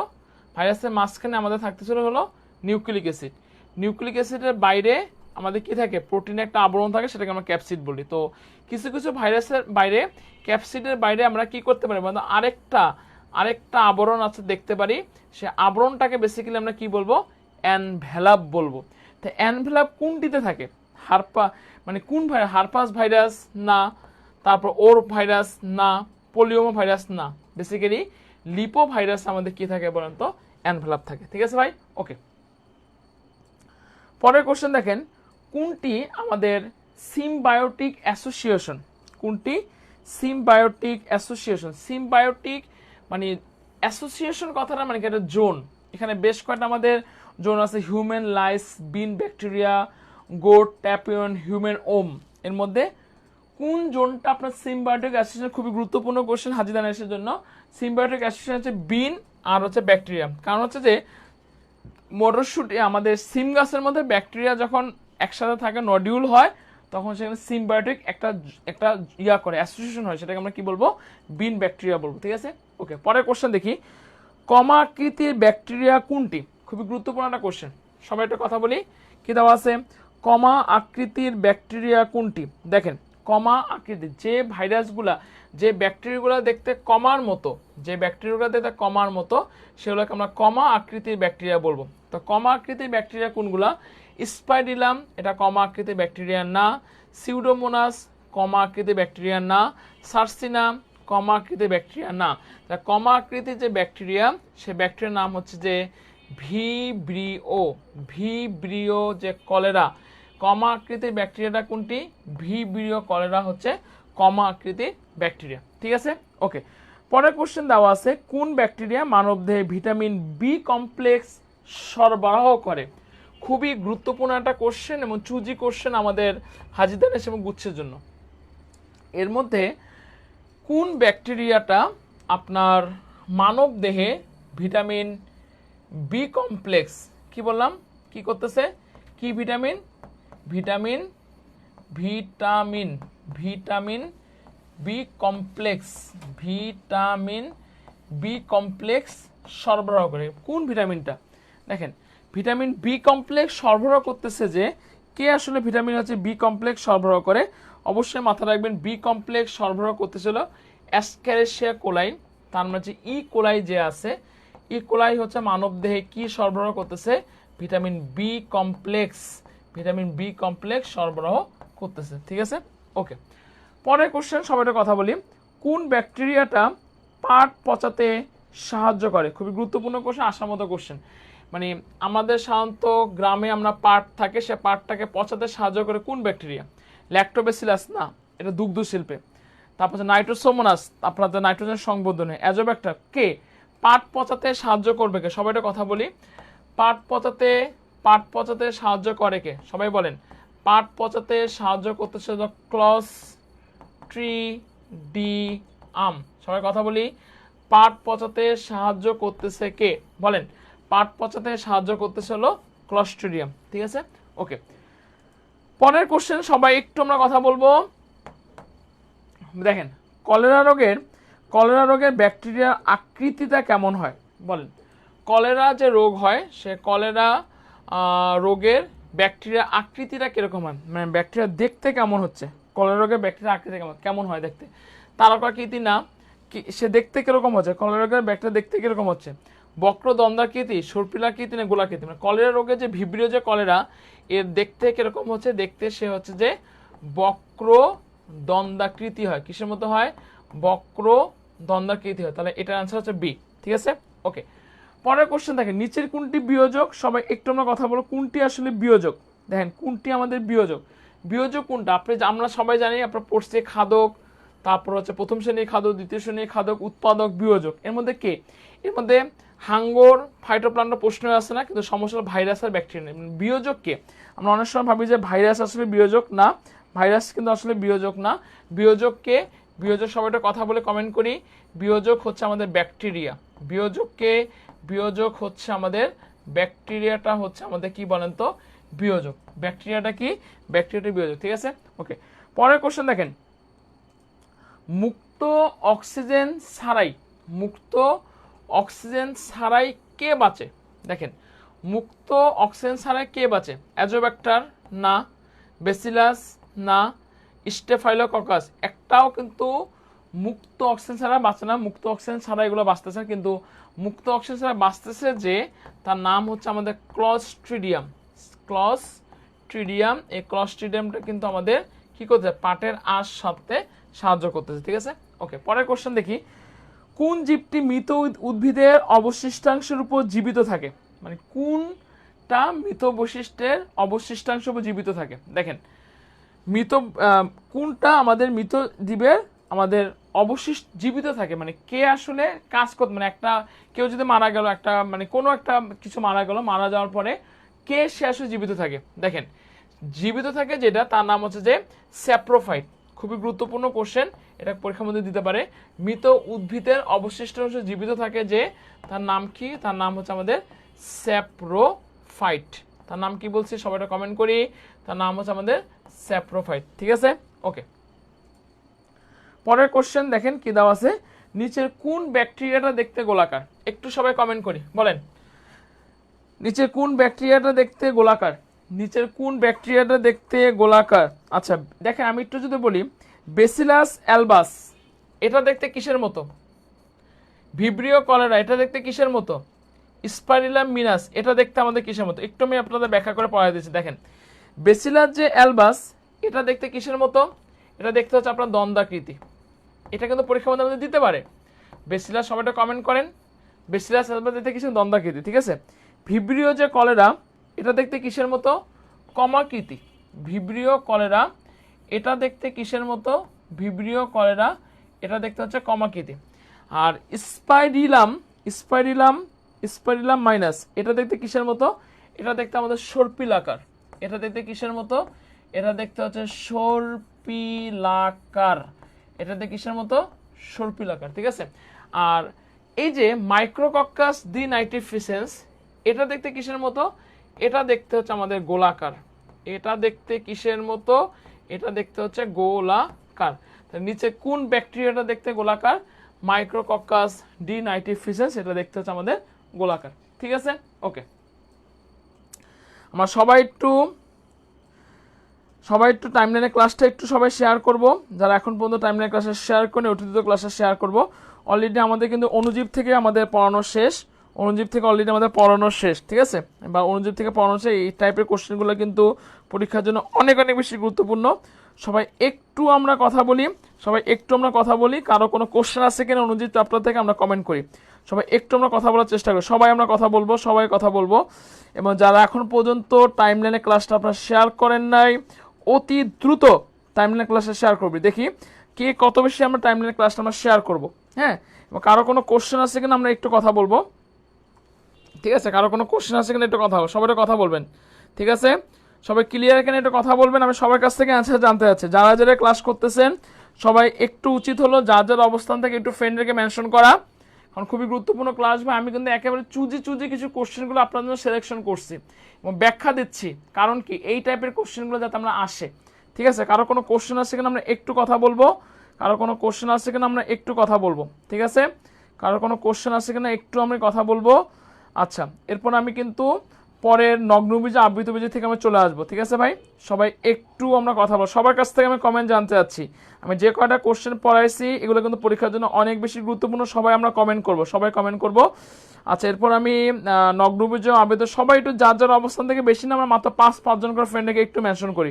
সবাই আমরা একটু ফ্রেন্ডকে মেনশন করবো ভাই, সবাই আমরা একটু ফ্রেন্ডকে কি করবো? মেনশন করবো। ঠিক আছে, ওকে। কারো কোনো কোশ্চেন আছে কিনা কথা বলবো। আচ্ছা, তাবাসসুম সিদ্দিকা আপনি বলেছেন ভাইয়া গুচ্ছের জন্য এই ক্লাসটা যথেষ্ট কিনা? গুচ্ছের জন্য আমি আরেকটা ক্লাস নিব, তাই না?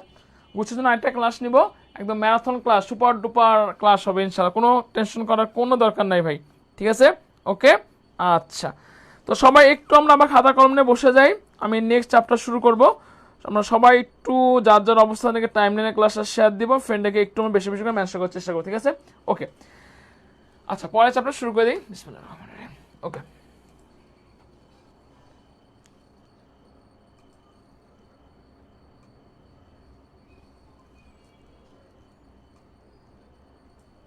ওকে, হ্যাঁ, ধন্যবাদ সবাইকে। ওকে, দেখেন পরের কোশ্চেন দেখেন কি দেওয়া আছে।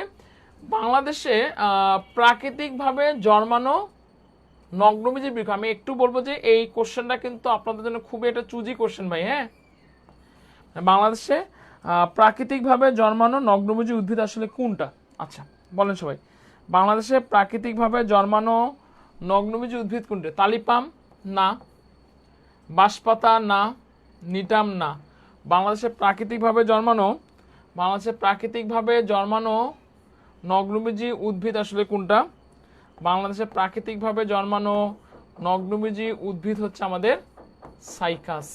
ঠিক আছে, ওকে। পরের কোশ্চেন দেখেন, জীবন্ত জীবাশ্ম কোনটা?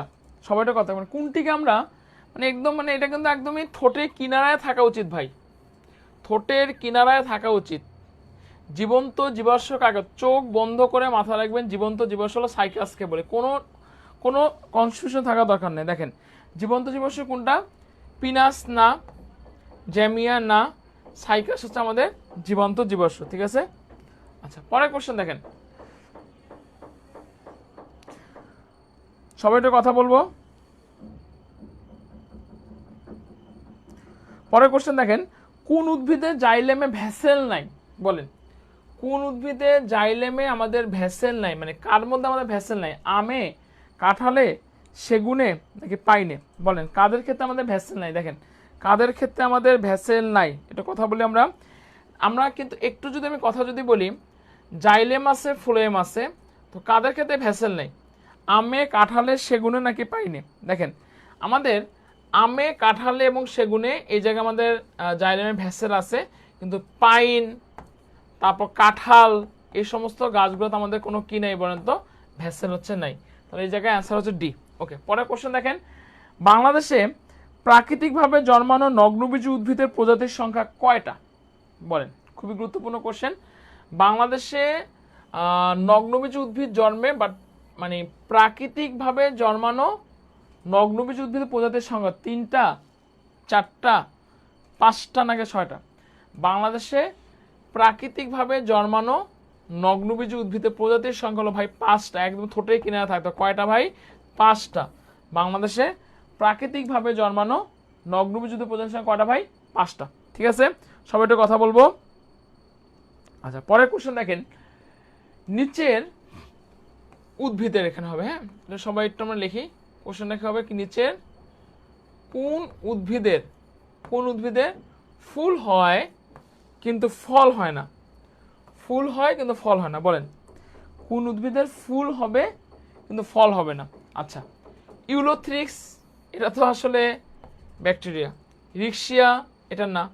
টেরিস না, কিন্তু এর মধ্যে এমন একটা ফুল হয় যেটা ফুল হবে কিন্তু ফল হবে না, সেটার নাম হচ্ছে ভাই সাইকাস। নাম কি বলছি বলেন তো? সাইকাস।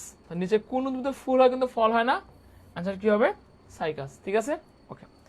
পরের কোশ্চেন দেখেন, সাইকাসের বৈশিষ্ট্য কোনটি? সাইকাসের বৈশিষ্ট্য কোনটি? দেখেন সাইকাসের বৈশিষ্ট্য কোনটি? প্রধান মূলতন্ত্র না, এটা বৈশিষ্ট্য না। প্রধান মূল গুচ্ছ, এটা। ফল হয় না, পুষ্প এরিগোগাইনাস, তাহলে ফুলে গর্ভাশয় নেই। তার মানে কি, কোনটি বৈশিষ্ট্য সত্য? ফুলে গর্ভাশয় নেই, এটা হচ্ছে আমাদের সত্য। ঠিক আছে, ওকে। পরের কোশ্চেন দেখেন, নগ্নবীজী উদ্ভিদে কোন ধরনের শস্য দেখা যায়? একটু আমি যদি কথা বলি আপনাদেরকে, আমাদের 3 ধরনের শস্য আমরা দেখতে পারবো, হ্যাপ্লয়েড, ডিপ্লয়েড আর ট্রিপ্লয়েড। তো নগ্নবীজী উদ্ভিদে আমরা কোন ধরনের শস্য দেখতে পারবো? অবশ্যই মাথায় রাখবেন, নগ্নবীজী উদ্ভিদে আমরা যে ধরনের শস্য দেখতে পারবো তার নাম হচ্ছে কি বলেন তো? হ্যাপ্লয়েড শস্য। দ্যাট মিনস n সংখ্যক শস্য দেখতে পারবো। ক্লিয়ার কিনা কথা বলবেন? ওকে, আচ্ছা পরের কোশ্চেন চলে আসি, নগ্নবীজী উদ্ভিদের সংখ্যা প্রায় কত?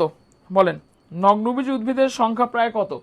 300, 500, 600 নাকি, মানে কতগুলা পৃথিবীতে নগ্নবীজী? এটাও একদম ডাইরেক্ট বই থেকে কোশ্চেন। নগ্নবীজী উদ্ভিদের সংখ্যা হচ্ছে আমাদের 700টা। নগ্নবীজী উদ্ভিদের সংখ্যা কয়টা বলেন তো? 700টা।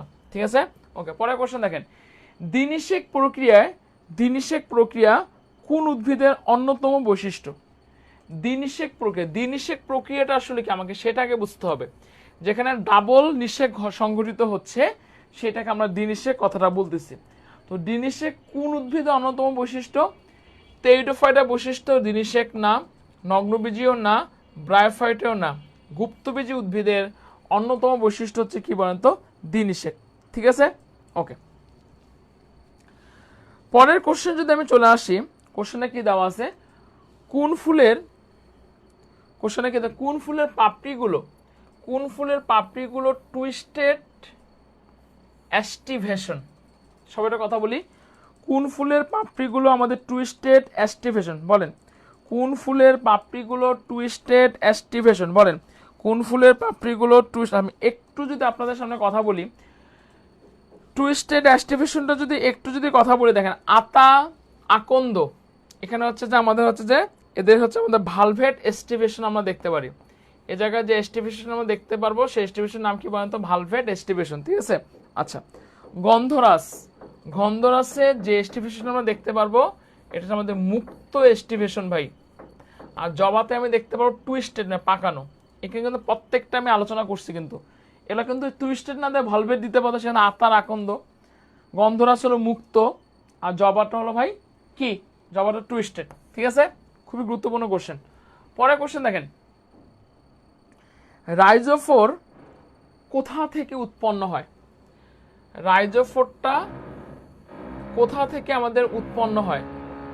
মূল থেকে না, পাতা থেকে না, রাইজোর থেকে না। তাহলে রাইজোফোর আমাদের উৎপন্ন হচ্ছে কোথা থেকে? রাইজোফোর উৎপন্ন হচ্ছে আমাদের কাণ্ড থেকে। রাইজোফোর উৎপন্ন হচ্ছে কোথা থেকে বলেন তো? কাণ্ড থেকে। ঠিক আছে, ওকে। পরের কোশ্চেন দেখেন, আম কোন জাতীয় উদ্ভিদ? বলেন, আম কোন জাতীয় উদ্ভিদ?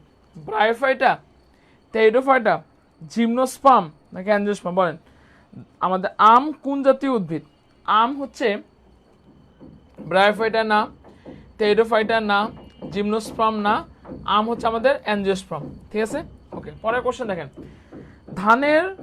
ধানের অম্লবিন্যাসটা কিরকম? বলেন, খুবই গুরুত্বপূর্ণ কোশ্চেন, এটা কিন্তু পরীক্ষা আমাদের দেয়। অম্লবিন্যাস টপিক থেকে প্রশ্ন আসার সম্ভাবনা আমাদের অনেক বেশি। তো আমাদের ধানের অম্লবিন্যাসটা কিরকম একটু আমরা কথা বলি। বলেন, ধানের অম্লবিন্যাসটা কিরকম? আচ্ছা, ধানের অম্লবিন্যাসটা আমি একটু যদি কথা বলি, প্রান্তীয় আছে না, এর উদাহরণগুলো কিন্তু আপনাদের মাথায় রাখতে হবে। প্রান্তীয় কোনটা, বহুপ্রান্তীয় কোনটা, মূলীয় কোনটা, আর মুক্ত কেন্দ্রীয় কোনটা? ঠিক আছে, একটু যদি কথা বলি সবাইটা বোর্ডটা থেকে লক্ষ্য করবেন। দেখেন, বহুপ্রান্তীয় যে আমাদের আসে, সবাই একটু খাতার মধ্যে লেখেন। বহুপ্রান্তীয় উদাহরণটা হচ্ছে যে শসা আর হচ্ছে লাউ, শসা আর হচ্ছে লাউ। ঠিক আছে, আর প্রান্তীয়টা কোনটা বলেন তো? শসা লাউ হচ্ছে কি বলেন? আচ্ছা, প্রান্তীয় লেখেন যে মটরশুঁটি আর সিম। প্রান্তীয় কি বলছি? মটরশুঁটি আর হচ্ছে সিম। এগুলো কিন্তু খুবই সুন্দর করে পড়তে, মটরশুঁটি আর হচ্ছে সিম। ঠিক আছে, আচ্ছা, মূলীয়টা কি বলেন তো? ত্রিধারা, সূর্যমুখী আর ধান। মূলীয়টা কি বলছে? ত্রিধারা, সূর্যমুখী,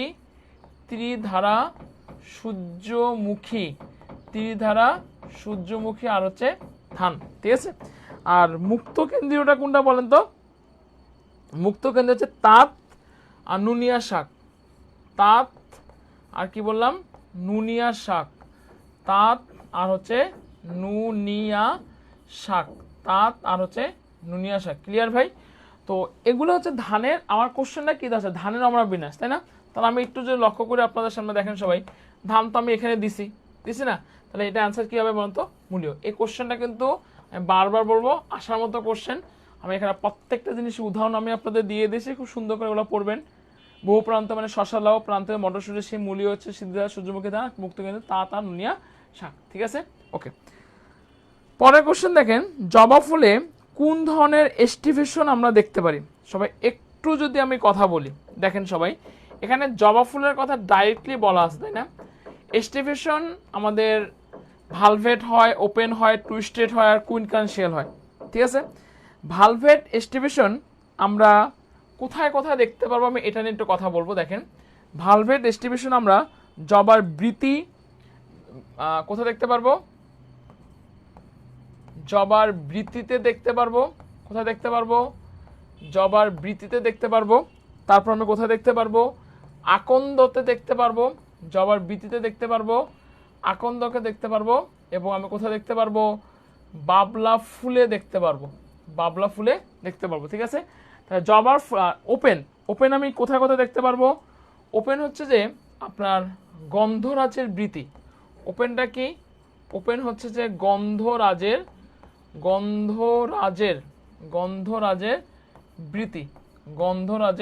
বৃত্তি। ঠিক আছে, টুইস্টেড আমি কোথায় দেখতে পারবো? টুইস্টেড আমি দেখতে পারবো জবার দলমণ্ডল। টুইস্টেড আমি কোথায় দেখতে পারবো? জবার দলমণ্ডল। ঠিক আছে, আর হচ্ছে কুইনকানশিয়াল আমি কোথায় দেখতে পারবো? পেয়ারা সরিষা ফুলে দেখতে পারবো। কুইনকানশিয়াল দেখতে পারবো কোথায়? পেয়ারাতে দেখতে পারবো। আর সরিষা ফুলে দেখতে পারবো, ঠিক আছে? পেয়ারা আর সরিষা ফুলে দেখতে পারবো। তো আমার কোশ্চেনে দেওয়া আছে জবা ফুলে। তো জবা ফুলে আমরা ভালভেটও দেখতে পারি, টুইস্টও দেখতে পারি। এক্ষেত্রে অ্যান্সার হবে দুইটা, এ আর সি। এখন যদি স্পেসিফিক কোশ্চেন করে জবার বৃতি ভালভেট, যদি স্পেসিফিক কোশ্চেন করে জবার দলমণ্ডল বা টুইস্ট, এটা নিয়ে কোনো কনফিউশন থাকা যাবে না। পরের কোশ্চেন দেখেন, কোন উদ্ভিদের ফুল ট্রাইমেরাস? বলেন, কোন উদ্ভিদের ফুল ট্রাইমেরাস? আচ্ছা, ট্রাইমেরাস কোনগুলা? মানে যাদের তিনটা ধরনের অক্ষীয় থাকে সেটা ট্রাইমেরাস বলি। ট্রাইমেরাস কোনগুলো আমি একটু লিখে দিচ্ছি। ধান, গম, ভুট্টা। ধান, গম, ভুট্টা ট্রাইমেরাস। কোন উদ্ভিদের ফল? অবশ্যই ধান হচ্ছে আমাদের ট্রাইমেরাস, ঠিক আছে? ওকে, পরের কোশ্চেন দেখেন, জাতীয় ফলের গোত্রের নাম কি? আচ্ছা, একটু যদি কথা বলি জাতীয় ফলের, আচ্ছা বাংলাদেশের জাতীয় ফল কি বলেন তো? অবশ্যই কাঁঠাল। আচ্ছা, জাতীয় ফলের গোত্রের নাম কি? দেখেন, জাতীয় ফলের গোত্রের নাম হচ্ছে কোনটা? জাতীয় ফলের গোত্রের নাম হচ্ছে আমাদের মোরাসি, হচ্ছে জাতীয় ফলের গোত্রের নাম। এখানে বেশ করে কিন্তু আমাদের অপশন দেওয়া আছে, কি আছে? জাতীয় ফলের গোত্রের নাম কি? মোরাসি। মোরাসি জাতীয় ফলের গোত্রের নাম। আচ্ছা, এখন দেখেন একটু যদি কথা যদি বলি আপনাদেরকে, এখানে কি আছে? অ্যানারসাস, এটা হচ্ছে আমাদের জাতীয় বৃক্ষের গোত্রের নাম। এখানে আমাদের জাতীয় ফল ছিল, জাতীয় ফল না দিয়ে কিন্তু পরীক্ষার মধ্যে দিতে পারতো জাতীয় বৃক্ষের গোত্রের নাম কি? কি বললাম বলেন? জাতীয় বৃক্ষের গোত্রের নাম। অবশ্যই আনসার কি হবে বলেন তো? এটা। ওকে, আচ্ছা পরের কোশ্চেন, নিচের কোন উদ্ভিদের অম্রবিন্যাস এক প্রান্তীয়? বলেন তো, নিচে কোন উদ্ভিদের অম্রবিন্যাসটা হচ্ছে আমাদের এক প্রান্তীয়? কোন উদ্ভিদের অম্রবিন্যাসটা এক প্রান্তীয়? এখানে বেশ কটা অপশন আছে, জবা, তারপর কি আছে? আচ্ছা, আমি একটু যদি প্রত্যেকটা নিয়ে আলোচনা করি। জবার বৈজ্ঞানিক নাম কিন্তু আমরা জানি, কি বলেন তো? হিবিস্কাস রোজা সাইনেসিস, ঠিক আছে? এখানে আমরা যে অম্রবিন্যাসটা আমরা দেখতে পারবো, সে অম্রবিন্যাসটা হলো অক্ষীয় অম্রবিন্যাস আমি দেখতে পারি। ভালো কথা। শশা, হ্যাঁ, শশাতে আমি কি দেখতে পারবো? আমি যদি কথা বলি, শশাতে আমি কি দেখতে পারবো? বহু প্রান্তীয় দেখতে পারবো। এগুলো কিন্তু খুবই আশার মতো কোশ্চেন। শশাতে আমি কি দেখতে পারবো? বহু প্রান্তীয় দেখতে পারবো, ঠিক আছে? ধনিয়াতে আমি কি দেখতে পারবো? দেখেন, ধনিয়াতে আমি শীর্ষক দেখতে পারবো। ধনিয়াতে আমি কি দেখতে পারবো? ধনিয়াতে আমি হলো শীর্ষক হচ্ছে দেখতে পারবো, ঠিক আছে? সিমে আমি কি দেখতে পারবো? এক প্রান্তীয় দেখতে পারবো। সিমে আমি কি দেখতে পারবো? এক প্রান্তীয় দেখতে পারবো। এক প্রান্তীয়। প্রত্যেকটা জিনিস কিন্তু খুব সুন্দর করে ঠোঁটে কিনা থাকতে হবে। যেমন দিতে পারে নিচে কোন উদ্ভিদ অম্রবিন্যাস অক্ষীয়? সেক্ষেত্রে তো ভাই জবা। যে পরীক্ষার মধ্যে কোশ্চেন সবাই অ্যান্সার করি। নিচে কোন উদ্ভিদ অম্রবিন্যাস বহু প্রান্তীয়? সেক্ষেত্রে হলো শশা। কোন উদ্ভিদ অম্রবিন্যাস শীর্ষক? অ্যান্সার হলো ধনিয়া। কোন উদ্ভিদ অম্রবিন্যাস এক প্রান্ত? সেক্ষেত্রে হতো কি বলেন তো? সিম। ওকে, আচ্ছা পরের কোশ্চেন চলে আসি। নিচের কোনটি দ্বিবীজপত্রী উদ্ভিদ? নিচে কোন দ্বিবর্ষজীবী উদ্ভিদ যারা হচ্ছে 2 বছর আমাদের জন্মাচ্ছে। দ্বিবর্ষজীবী উদ্ভিদ আমাদের অরিজা সেটিভা হচ্ছে আমাদের দ্বিবর্ষজীবী উদ্ভিদ, ঠিক আছে? অরিজা সেটিভাটা কি? দ্বিবর্ষজীবী উদ্ভিদ। ওকে, পরের কোশ্চেন দেখেন, পুষ্পপুট কোথায় পাওয়া যায়? পুষ্পপুট কোথায় পাওয়া যায়? পুষ্পপুট আমরা কোথায় পাচ্ছি? পুষ্পপুট সরিষা ফুলে আমরা পুষ্পপুট পাই না, আমরা ধুতরা ফুলে পুষ্পপুট পাই না, জবা ফুলেও পুষ্পপুট পাই না। তাই পুষ্পপুট কোথায় পাই? পেঁয়াজে পাই, ঠিক আছে? পরের কোশ্চেন চলে আসি, ফুলের বাইরের যে স্তবক, সবাই একটু কথা বলি, ফুলের বাইরের স্তবককে আমরা কি বলি? ফুলের তো অনেকগুলো স্তবক, তাই না? ব্র্যাক্ট বলবো না, করলা বলবো না, তো ফুলের বাইরের যে স্তবক, সে বাইরের স্তবক আমরা কি বলবো? ক্যালিক্স বলবো। ফুলের বাইরের স্তবক আমরা কি বলবো? এই কোশ্চেনটা কিন্তু খুবই চুজি কোশ্চেন আমাদের হাজির আনার জন্য। ফুলের বাইরের স্তবক আমরা কি বলবো বলেন তো? ক্যালিক্স বলবো, ঠিক আছে? ওকে, পরের কোশ্চেন, কোন উদ্ভিদটি পোয়েসি গোত্রের অন্তর্ভুক্ত নয়? দেখেন, কোন ভুক্তি? পোয়েসি গোত্র। পোয়েসি গোত্রটা কি? এই তিনটা পোয়েসি গোত্র। কেন? অরিজা সেটিভা ধান, জিয়া মাছটা কি? জিয়া মাছটা ভুট্টা। জিয়া মাছটা কি বলছি? আমাদের ভুট্টা, ঠিক আছে? আর ট্রাইটিকাম এটা হচ্ছে গম। ধান, গম, ভুট্টা পোয়েসি গোত্রের, ঠিক আছে? আর এখানে কি আছে? ধান, গম, ভুট্টা হচ্ছে আমাদের কি? ধান, গম, ভুট্টা হচ্ছে পোয়েসি গোত্রের। আর এখানে যেটা আছে যে কার্পাসতুলা, এটা আমাদের মালভেসি গোত্র। গসিপিয়াম হাইড্রোজা কার্পাসতুলা, এটা কোন গোত্র ভাই? এটা মালভেসি গোত্র। কোন গোত্রটা? মালভেসি গোত্র। খুবই গুরুত্বপূর্ণ কোশ্চেন। কোন গোত্র? মাল। তার মানে কি ধান, গম, ভুট্টা পোয়েসি গোত্রের অন্তর্ভুক্ত নয়। তো পরিস্থিতিগত অন্তর্ভুক্ত, তাহলে গসিপিয়াম হারবিস এটা কোন গোত্রে? মালভিসি গোত্রের অন্তর্ভুক্ত, তাহলে এটা অ্যান্সার হচ্ছে আমাদের ডি। ওকে, পরের কোশ্চেন চলে আসছি। পরের কোশ্চেন সবাইটা অ্যান্সার করবো। কোশ্চেনটা কি দেওয়া আছে দেখি, মালভিসি গোত্রে পুষ্প বিন্যাসটা কিরকম হয়? দেখেন মালভিসি গোত্রে পুষ্প বিন্যাসটা কিরকম হবে? রেসিম না, স্পাইক না, স্পাইকলেট না। তা মালভিসি গোত্রের পুষ্প বিন্যাস যে আমাদের আছে তার কি ধরনের হবে? অবশ্যই হবে আমাদের সাইমোস ধরনের হবে। মালভিসি গোত্রের পুষ্প বিন্যাস কিরকম হবে? সাইমোস হবে। মালভিসি গোত্রের পুষ্প বিন্যাস কিরকম হবে বলেন তো? সাইমোস হবে। ঠিক আছে, আনসার হচ্ছে ডি। ওকে, পরের কোশ্চেন দেখেন, ভুট্টা কোন গোত্রের অন্তর্ভুক্ত? ভুট্টাটা কোন গোত্রের অন্তর্ভুক্ত? ভুট্টা থেকে মালভিসি গোত্রের অন্তর্ভুক্ত না, ফেবিসি গোত্রের অন্তর্ভুক্ত না, লিলিয়াসি গোত্রের অন্তর্ভুক্ত না। তা ভুট্টাটা কোন গোত্রের অন্তর্ভুক্ত? ভুট্টাটা হচ্ছে আমাদের পোয়েসি গোত্রের অন্তর্ভুক্ত। ভুট্টাটা আমাদের কোন গোত্রের অন্তর্ভুক্ত? পোয়েসি গোত্রের অন্তর্ভুক্ত। ঠিক আছে, ওকে, পরের কোশ্চেন দেখেন, সবচেয়ে ক্ষুদ্রাকার আবৃতবীজী উদ্ভিদ কোনটা? বলেন, সবচেয়ে ক্ষুদ্রাকার আবৃতবীজী উদ্ভিদ কোনটা? এটা কিন্তু নগ্নবীজী আবৃতবীজী আমি এখনো আছি। সবচেয়ে ক্ষুদ্রাকার আবৃতবীজী উদ্ভিদ কোনটা? সবচেয়ে ক্ষুদ্রাকার আবৃতবীজী উদ্ভিদ কোনটা? দেখেন অ্যাজোলাটা এটা ক্ষুদ্র আবৃতবীজী উদ্ভিদ না, এটা হচ্ছে একদম ডাইরেক্ট বইয়ের কোশ্চেন। ক্ষুদ্র একদম সবচেয়ে ক্ষুদ্রাকার আবৃতবীজী উদ্ভিদ যে উলফিয়া। কোনটা? উলফিয়া। ঠিক আছে, সবচেয়ে ক্ষুদ্রাকার আবৃতবীজী উদ্ভিদ হচ্ছে কি বলেন তো? উলফিয়া। ওকে, আচ্ছা, পরের কোশ্চেন দেখেন, সিমের গোত্রকে দেখেন, সিমের গোত্র, সিমের গোত্রটাকে দেখেন, সিমের গোত্র কি? লিলিয়াসি। লিলিয়াসি কি সিমের গোত্র? না। ক্রুসিফেরি না। কোনটা মালভিসি? কোনটা কোনটা হচ্ছে সিমের গোত্র? সিমের গোত্র হচ্ছে লিগুমিনিস, এটা হচ্ছে আমাদের সিমের গোত্র। এটা খুবই গুরুত্বপূর্ণ করে, সিমের ক্ষেত্রে অনেকগুলো গোত্র আছে। সিমের গোত্রটার নাম কি? সিমের গোত্রের নাম হচ্ছে যে লিগুমিনেস, এগুলো কিন্তু ভুল করা যাবে না। ঠিক আছে, সিমের গোত্র হচ্ছে লিগুমিনেস। ওকে, পরের কোশ্চেন দেখেন, এটা কিন্তু খুবই গুরুত্বপূর্ণ, আমি বলতেছি। দেখেন গমের বৈজ্ঞানিক নামটা কি? এটা আপনারা নোট করে রাখেন, আসার মতো কোশ্চেন। গমের বৈজ্ঞানিক নামটা কি? বলেন, গমের বৈজ্ঞানিক নামটা কি? জিয়ামাস ভুট্টার বৈজ্ঞানিক নাম, তাহলে গম। গমের বৈজ্ঞানিক বানানটা আমি লিখে দিচ্ছি, বানানটা অনেক সময় ভুল করি। হ্যাঁ, বানানটা অনেক সময় কি করে ভুল করি। দেখেন গমের বৈজ্ঞানিক নামটা কি? দেখেন গমের বৈজ্ঞানিক নামটা হচ্ছে যে ট্রাইটিকাম, ট্রাইটিকাম, ট্রাইটিকাম এস্টিভাম, ট্রাইটিকাম এস্টিভাম। এটা কিসের বৈজ্ঞানিক নাম? গমের বৈজ্ঞানিক নাম। তাই এটা আনসার হলো ডি। ওকে, পরে কোশ্চেন দেখেন, কোনটি হচ্ছে আমাদের একলিঙ্গ পুষ্প? কোনটি একলিঙ্গ পুষ্প? বলেন, জবা কি একলিঙ্গ পুষ্প? না। মটরশুঁটি না। কলাবতী না। তাহলে কোনটি হচ্ছে একলিঙ্গ পুষ্প? একলিঙ্গ পুষ্প হচ্ছে আমাদের লাউ। একলিঙ্গ পুষ্প কি? একলিঙ্গ পুষ্প হচ্ছে আমাদের লাউ। ঠিক আছে, ওকে, পরের কোশ্চেন, কোনটি পোয়েসি গোত্রের, কোনটি পোয়েসি গোত্রের উদাহরণ নয়? বলেন, কোনটি পোয়েসি গোত্রের উদাহরণ? দেখেন পোয়েসি গোত্রের মধ্যে অরিজা স্যাটিভা পড়বে, পোয়েসি গোত্র, ট্রাইটিকাম এস্টিভা, ধান গম ভুট্টা পড়বে, এটা পড়বে। কিন্তু এই যে বি নম্বর যে অপশনটা অ্যাবেল মস্কাস ইসুলেন্টাস, এটা কিন্তু আমাদের পোয়েসি গোত্রের উদাহরণ হচ্ছে নয়। কোনটি পোয়েসি গোত্রের উদাহরণ হচ্ছে নয় বলছে, এটা অ্যান্সার হচ্ছে আমাদের বি। আচ্ছা, পরের কোশ্চেন চলে আসছি, কোনটি থেকে উচ্চ রক্তচাপ? এগুলো ডায়েট বইয়ের অ্যান্সার কোশ্চেন, এগুলো ডায়েট বইয়ের লাইন থেকে কোশ্চেনগুলো দেওয়া হয়েছে। নিচের কোনটি থেকে উচ্চ রক্তচাপে, আপনি হাই প্রেশারের ওষুধ আমরা পাবো কোথা থেকে? বলেন, কোনটি থেকে উচ্চ রক্তচাপের ওষুধ আমরা পাবো?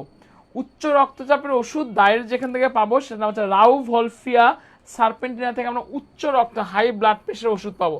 ঠিক আছে, এখান থেকে আমরা হচ্ছে কৃমি রোগের ওষুধ পাচ্ছি। বি নম্বর অপশন থেকে চর্মরোগের ওষুধ পাচ্ছি। এখান থেকে আমরা সাধারণত দন্ত চিকিৎসায় এই ওষুধটা ব্যবহার করা হয়। কিন্তু উচ্চ রক্তের ওষুধ আমরা পাবো কোথা থেকে? রাউভলফিয়া সার্পেন্টিনা থেকে আমরা উচ্চ রক্তচাপের ওষুধ হলো পেয়ে থাকি। ঠিক আছে, পরের কোশ্চেন, কোন টিস্যুর প্রোটোপ্লাজম ক্রমান্বয়ে মৃত কোষে পরিণত হয়? বলেন, কোন টিস্যুর প্রোটোপ্লাজম ক্রমান্বয়ে মৃত কোষে পরিণত হচ্ছে? কোন টিস্যুর? আমরা জানি টিস্যু তো অনেকগুলো, প্যারেনকাইমা, স্কেলেনকাইমা, অ্যাডেনকাইমা, নাকি কোনটা? দেখেন প্রোটোপ্লাজমটা ক্রমান্বয়ে মৃত কোষে পরিণত হয় যেটা, তার নাম হচ্ছে স্কেলেনকাইমা। নাম কি বলছি? স্কেলেনকাইমা। নাম কি বলছি বলেন তো? স্কেলেনকাইমা। স্কেলেনকাইমার প্রোটোপ্লাজম ক্রমান্বয়ে আমাদের মৃত কোষে পরিণত হচ্ছে। ঠিক আছে, পরের কোশ্চেন দেখেন, কাণ্ডের পরিধি বৃদ্ধির জন্য কোন টিস্যুটি দায়ী? খুবই গুরুত্বপূর্ণ একটা চুজি কোশ্চেন। মানে কাণ্ডের পরিধির জন্য কোন টিস্যুটি আসলে দায়ী? ক্যাম্বিয়াম, জাইলেম প্যারেনকাইমা, ফ্লোয়েম, নাকি কর্টেক্স? মানে কাণ্ডের পরিধি বাড়ার জন্য কে দায়ী? কাণ্ডের পরিধি বাড়ার জন্য দায়ী হচ্ছে ক্যাম্বিয়াম। কি বললাম? কাণ্ডের পরিধি বাড়ার জন্য দায়ী কে বলেন? কক ক্যাম্বিয়াম আছে না, এরা সাধারণত কাণ্ডের পরিধি বৃদ্ধির জন্য হচ্ছে আমাদের দায়ী। ঠিক আছে, ওকে। পরের কোশ্চেন চলে আসি, উদ্ভিদের ব্যাস বৃদ্ধির জন্য কোন ভাজক টিস্যু দেয়? উদ্ভিদের ব্যাস বাড়ার জন্য কোন ভাজক টিস্যু? পার্শ্বীয় ভাজক টিস্যু নাকি শীর্ষক, ইন্টারক্যালোরি নাকি ভিত্তিম, কে দায়ী? উদ্ভিদের ব্যাস বৃদ্ধির জন্য অবশ্যই যে ভাজক টিস্যু দায়ী সেটা হলো আপনার পার্শ্বীয় ভাজক টিস্যু। আমি বারবার বলতেছি এই লাইনগুলো একেবারে মেন বইয়ের লাইন থেকে কোশ্চেনগুলো দেওয়া আছে, তাই আমি বারবার উদ্ভিদের ব্যাস বৃদ্ধির জন্য পার্শ্বীয় ভাজক টিস্যু দায়ী। ঠিক আছে, ওকে। পরের কোশ্চেন দেখেন, উদ্ভিদকে প্রতিরক্ষা প্রদান করেন কে? খুবই গুরুত্বপূর্ণ কোশ্চেন। দেখেন, কোলেনকাইমার উদ্ভিদে প্রতিরক্ষা প্রদান করে না, এটা হচ্ছে যে আমাদের শ্বসনতন্ত্রে গুরুত্বপূর্ণ ভূমিকা পালন করতেছে। আর প্রতিরক্ষা প্রদান কে করতেছে? প্রতিরক্ষা প্রদান করতেছে যে টিস্যুটা, তার নাম হচ্ছে আমাদের হচ্ছে স্ক্লেরেনকাইমা। প্রতিরক্ষা প্রদান কে করতেছে? স্ক্লেরেনকাইমা। কে প্রদান করতেছে? স্ক্লেরেনকাইমা। সে কি করতে? আমাদের প্রতিরক্ষা প্রদান করতেছে। উদ্ভিদকে প্রতিরক্ষা প্রদান কে করতেছে? স্ক্লেরেনকাইমা। ঠিক আছে, পরের কোশ্চেন দেখেন, উদ্ভিদের শীর্ষ মুকুলের অগ্রভাগের টিস্যুকে কি বলে? দেখেন, উদ্ভিদের শীর্ষ মুকুলের অগ্রভাগের টিস্যুকে, শীর্ষ মুকুলের অগ্রভাগে যে টিস্যুকে আমরা কি বলবো? সাইব্রিড, সোমাকোলোনাল ভ্যারিয়েশন, মেরিস্টেম নাকি পোমাটো? মানে কি জানেন? টমেটো আর আলুর যে হাইব্রিডটার সঙ্গে সেটা পোমাটো বলবো। তো শীর্ষ মুকুলের যে অগ্রভাগে যে টিস্যু, খুবই গুরুত্বপূর্ণ একটা চুজি কোশ্চেন, অবশ্যই মাথা রাখবেন, সেটাকে আমরা মেরিস্টেম বলবো। কি বলবো? মেরিস্টেম বলবো। কি বলবো? তা উদ্ভিদের শীর্ষ মুকুলের অগ্রভাগে যে টিস্যুকে, উদ্ভিদের শীর্ষ মুকুলের অগ্রভাগের টিস্যুকে আমরা কি বলবো বলেন তো? মেরিস্টেম বলবো। ঠিক আছে, ওকে। পরের কোশ্চেন, বাসতন্তু হলো এক প্রকার কি? দেখেন, বাসতন্তু আসলে কি? প্যারেনকাইমা না, বাসতন্তু প্যারেনকাইমা না, কোলেনকাইমা না, তাহলে বাসতন্তু কি ভাই? বাসতন্তু হচ্ছে যে এক প্রকারের স্ক্লেরেনকাইমা। বাসতন্তু কি ভাই? এক প্রকারের স্ক্লেরেনকাইমা। বাসতন্তু কি? এক প্রকারের স্ক্লেরেনকাইমা। ঠিক আছে, ওকে। পরের কোশ্চেন, প্রাইমারি ফ্লোয়েম যে ধরনের কোষ দ্বারা তৈরি, সবাই কথা বলি, প্রাইমারি ফ্লোয়েম যে ধরনের, কি ধরনের কোষ দ্বারা তৈরি বলেন তো? প্রাইমারি ফ্লোয়েম কি ধরনের কোষ দ্বারা তৈরি? প্যারেনকাইমা, বাসতন্তু, শিবকোষ নাকি সঙ্গী কোষ? বলেন, প্রাইমারি যে ফ্লোয়েমটা আছে, প্রাইমারি ফ্লোয়েমটা কি ধরনের কোষ দ্বারা তৈরি? প্রাইমারি ফ্লোয়েমটা সে বাসতন্তু দ্বারা তৈরি। প্রাইমারি ফ্লোয়েমটা এটা হচ্ছে যে কোষ দ্বারা তৈরি, সে কোষটাকে আমরা কি বলবো? প্যারেনকাইমা কোষ বলবো। সে কোষটাকে আমরা কি বলবো? প্যারেনকাইমা কোষ বলবো। ঠিক আছে, ওকে। তো কোনটি স্থায়ী টিস্যুর বৈশিষ্ট্য বা মানে স্থায়ী টিস্যুর বৈশিষ্ট্য মানে কি? একটা বৈশিষ্ট্য আছে, বাকি সবগুলো আমাদের ভাজক টিস্যুর বৈশিষ্ট্য। কোনটি স্থায়ী টিস্যুর বৈশিষ্ট্য? সবাই কথা বলি, কোনটি স্থায়ী টিস্যুর বৈশিষ্ট্য? দেখেন, কোষে জীবিত কোষ থাকে, এটা ভাজক টিস্যুর বৈশিষ্ট্য। কোষগুলো বিভাজন ঘটে, ভাজক টিস্যুর বৈশিষ্ট্য। তাহলে কোষের সাধারণত কেন্দ্রীয় বড় গহ্বর থাকে, এটা হচ্ছে আমাদের স্থায়ী টিস্যুর বৈশিষ্ট্য। ঠিক আছে, পরের কোশ্চেন দেখেন, কোনটি স্ক্লেরেনকাইমা টিস্যুর বৈশিষ্ট্য নয়? বলেন, কোনটি স্ক্লেরেনকাইমা টিস্যুর বৈশিষ্ট্য নয়? মানে কোনটি আমাদের স্ক্লেরেনকাইমা টিস্যুর বৈশিষ্ট্য সে নয়? বলেন, কোনটি স্ক্লেরেনকাইমা টিস্যুর বৈশিষ্ট্য? দেখেন, কোষগুলো মৃত, স্ক্লেরেনকাইমা টিস্যুর বৈশিষ্ট্য। ক্লোরোপ্লাস্ট থাকে না, স্ক্লেরেনকাইমা টিস্যুর বৈশিষ্ট্য। কোষ প্রাচীর লিগনিন যুক্ত, এটা আমাদের স্ক্লেরেনকাইমা টিস্যুর বৈশিষ্ট্য। বৈশিষ্ট্য নয়, তো স্ক্লেরেনকাইমা টিস্যুর বৈশিষ্ট্য নয় হচ্ছে যে খাদ্য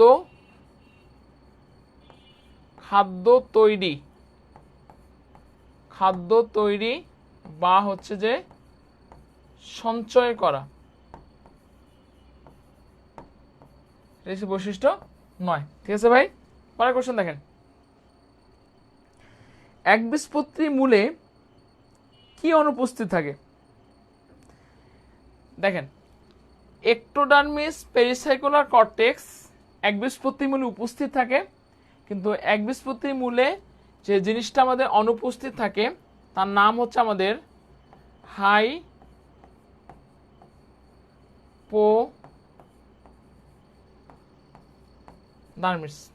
ক্লিয়ার? পরের কোশ্চেন দেখেন, মূলের বহিত্বককে কি বলে? বলেন, মূলের বহিত্বককে কি বলে? আচ্ছা, এপিডার্মিস আমি কাকে বলবো? এটা তো আমাকে জানতে হবে। এপিডার্মিস আমি কাকে বলবো? আমি এন্ডোডার্মিস কাকে বলবো? এটা আমাকে জানতে হবে। দেখেন, এপিডার্মিস আমি কাকে বলবো? এপিডার্মিস আমি বলবো যে উদ্ভিদ বহিত্বককে এপিডার্মিস বলে। এন্ডোডার্মিস আমি কাকে বলবো? উদ্ভিদ অন্তঃত্বককে এন্ডোডার্মিস বলবো, ঠিক আছে? আচ্ছা, তো হাইপোডার্মিস আমি কাকে বলবো? হাইপোডার্মিস হচ্ছে যে আমরা মূলের যে বহিত্বক সেটাকে আমরা এপিডার্মা বলবো। এগুলো কিন্তু খুব দিতে পারে। মূলের বহিত্বককে, কার বহিত্বক? মূলের এপি, ঠিক আছে? পরের কোশ্চেন দেখেন, নিচের কোনটি পেরিসাইকেলের কাজ নয়? নিচের কোনটি পেরিসাইকেলের কাজ নয়? দেখেন, পার্শ্বমুকুল সৃষ্টি করা পেরিসাইকেলের কাজ, খাদ্য সঞ্চয় করা পেরিসাইকেলের কাজ, দেহকে দৃঢ়তা প্রদান করা পেরিসাইকেলের কাজ। সেকেন্ডারি টিস্যু সৃষ্টি করা পেরিসাইকেলের কাজ নয়। ওকে, পরের কোশ্চেন, গ্রাউন্ড মেরিস্টেম কলা বিভাজিত হয়ে কোনটি সৃষ্টি হয়? বলেন, গ্রাউন্ড মেরিস্টেম কলা বিভাজিত হয়েছে বেসিক্যালি কোনটি সৃষ্টি করে? এপিডার্মিস না, জাইলেম না, ফ্লোয়েম না। তাহলে গ্রাউন্ড মেরিস্টেম কলা বিভাজিত হয়ে, গ্রাউন্ড মেরিস্টেম কলা বিভাজিত হয়ে কোনটি আমাদের সৃষ্টি হচ্ছে? গ্রাউন্ড মেরিস্টেম কলা বিভাজিত হয়ে মজ্জা সৃষ্টি হয়। মজ্জার মতো যেগুলো অনেকগুলো জিনিস থাকে সেটা মজ্জা বলি।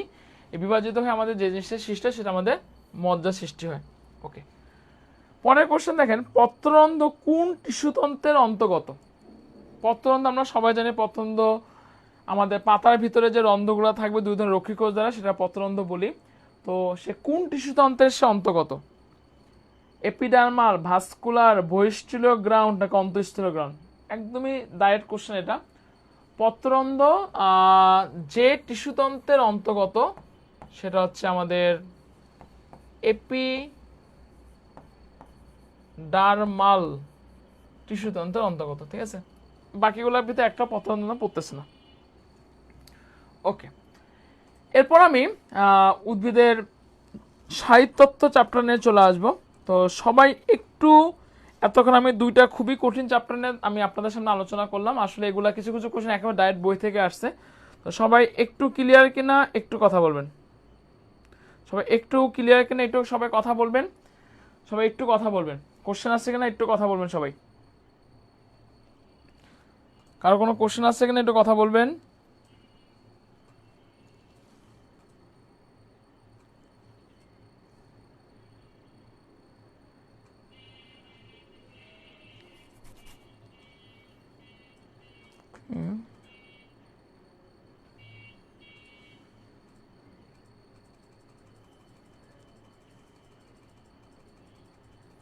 সবাই একটু কথা বলবেন।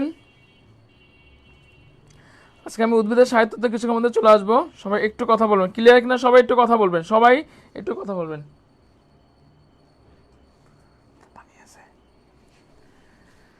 ওকে, সবাই একটু আমরা ক্লাসটা যাদের অবস্থান থেকে একটু আমরা কথা বলি। এখন যা পড়ালাম একটু আমরা কথা বলবো। সবাই কথা বলবো। একটু যা যা একটু শেয়ার দিব সবাই। হ্যাঁ, যা যা একটু আমরা শেয়ার দিব। সবাই আমরা একটু শেয়ার দিব। একটু ক্লাসটা আমরা শেয়ার দিব সবাই। একটু সবাই শেয়ার দিব ক্লাসটা। এতক্ষণ বুঝতে কোনো সমস্যা আছে কিনা কথা বলবেন। বিশেষ করে আমাদের নগ্নবীজ আবৃতবীজ উদ্ভিদ, হ্যাঁ, এখান থেকে যা যা কোশ্চেনগুলো পড়াম এগুলো থেকে হুবহু কোশ্চেন আমাদের কমন পড়ে। আসলে নগ্নবীজ আবৃতবীজ উদ্ভিদ আর হচ্ছে আপনার নগ্নবীজ আবৃতবীজ উদ্ভিদ এবং টিস্যু চ্যাপ্টার থেকে এই কোশ্চেনগুলো বেশি দেয়। একটু সবার কাছ থেকে আমি একটু কমেন্ট জানতে আছে। যে কজনে ক্লাস করতেছেন একটু কথা বলবেন। সুমাইয়া মিম, সনিস সাহা, একটু কথা বলো সবাই। ভাই একটু কথা বলো। এবং একটা কথা সবসময় মাথায় রাখবা, সবাই একটু কথা বলো। আসতেছি, দাঁড়াও।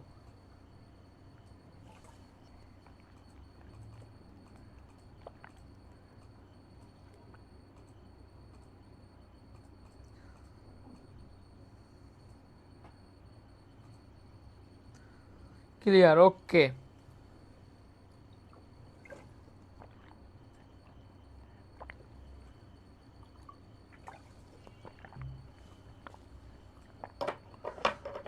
Tasnim Khanam, okay clear. শুধু ক্লিয়ার বললে হবে না ভাই, শেষ মুহূর্তে একটু ভালো করে সবাই পড়াশোনা করো, ঠিক আছে?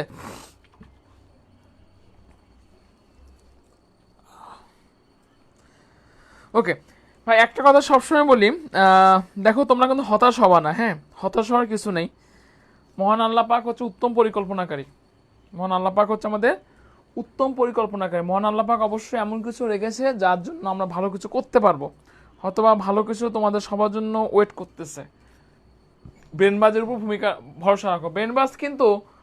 ব্রেনবাজ কিন্তু শুধুমাত্র তোমাদের কথা বিবেচনা করে একেবারে প্রথম থেকে কিন্তু আছে ভাই।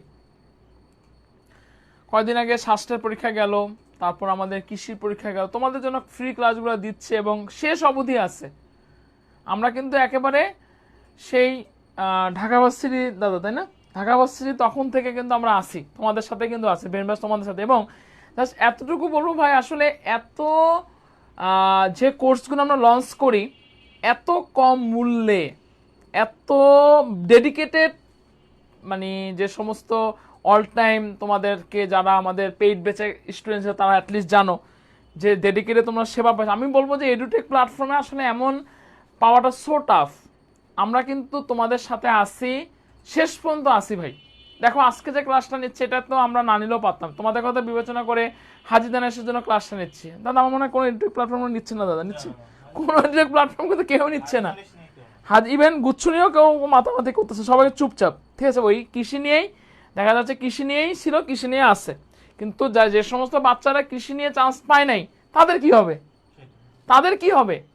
তাদের তো গুচ্ছ আছে, হাজিজানি আছে, খুলনা আছে, রাজশাহী বিশ্ববিদ্যালয় আছে। আমার মনে হয় না যে, আমি অনেকদিন থেকে আমি দেখতেছি এডুটেক প্ল্যাটফর্ম, আমি দেখি ভাই, কিন্তু আমার মনে হয় যে ব্রেনবাজের মধ্যে এমন কোনো প্ল্যাটফর্ম আছে যে আসলে তোমাদের কথা বিবেচনা করতেছে। তা হাজিদান এসে ফর্ম তুলছো, কুমিল্লার জন্য স্পেশাল ক্লাস না হয়েছে, রাজশাহীর জন্য ক্লাস না হয়েছে, খুলনার জন্য ক্লাস না হয়েছে, গুচ্ছে তোমাদের কথা একদম ফ্রি ক্লাসগুলা, ঠিক আছে, ওকে। আচ্ছা, তো আমরা একটু ক্লাসের মধ্যে চলে আসি। দেখো পরের কোশ্চেন, দেখো উদ্ভিদ হচ্ছে দ্রুততম শোষণ করে কোনটা, একটু যদি কথা বলি। দেখো আমরা খনিজ লবণ, দেখো ভাই একটু কথা বলি সবাই, আমাদের খনিজ লবণ কিন্তু সে সবসময় আয়ন আকারে শোষিত হয়, তাই না? আমাদের খনিজ লবণ কিন্তু সবসময় আয়ন আকারে শোষিত হচ্ছে। আচ্ছা ভালো কথা। এখন খনিজ লবণ যদি আয়ন আকারে শোষিত হয়, এই যে খনিজ লবণটা দুই ধরনের, একটা হলো দ্রুত গতিতে শোষিত হচ্ছে এবং আরেকটা হচ্ছে আপনাদের মন্থর গতিতে শোষিত হয়। তো দ্রুত গতিতে আমাদের যে শোষিত হচ্ছে, দ্রুত গতিতে শোষিত, মন্থর গতিতে শোষিত থেকে কাসা মানে ক্যালসিয়াম আয়ন আর হচ্ছে সালফেট আয়ন, ঠিক আছে ভাই?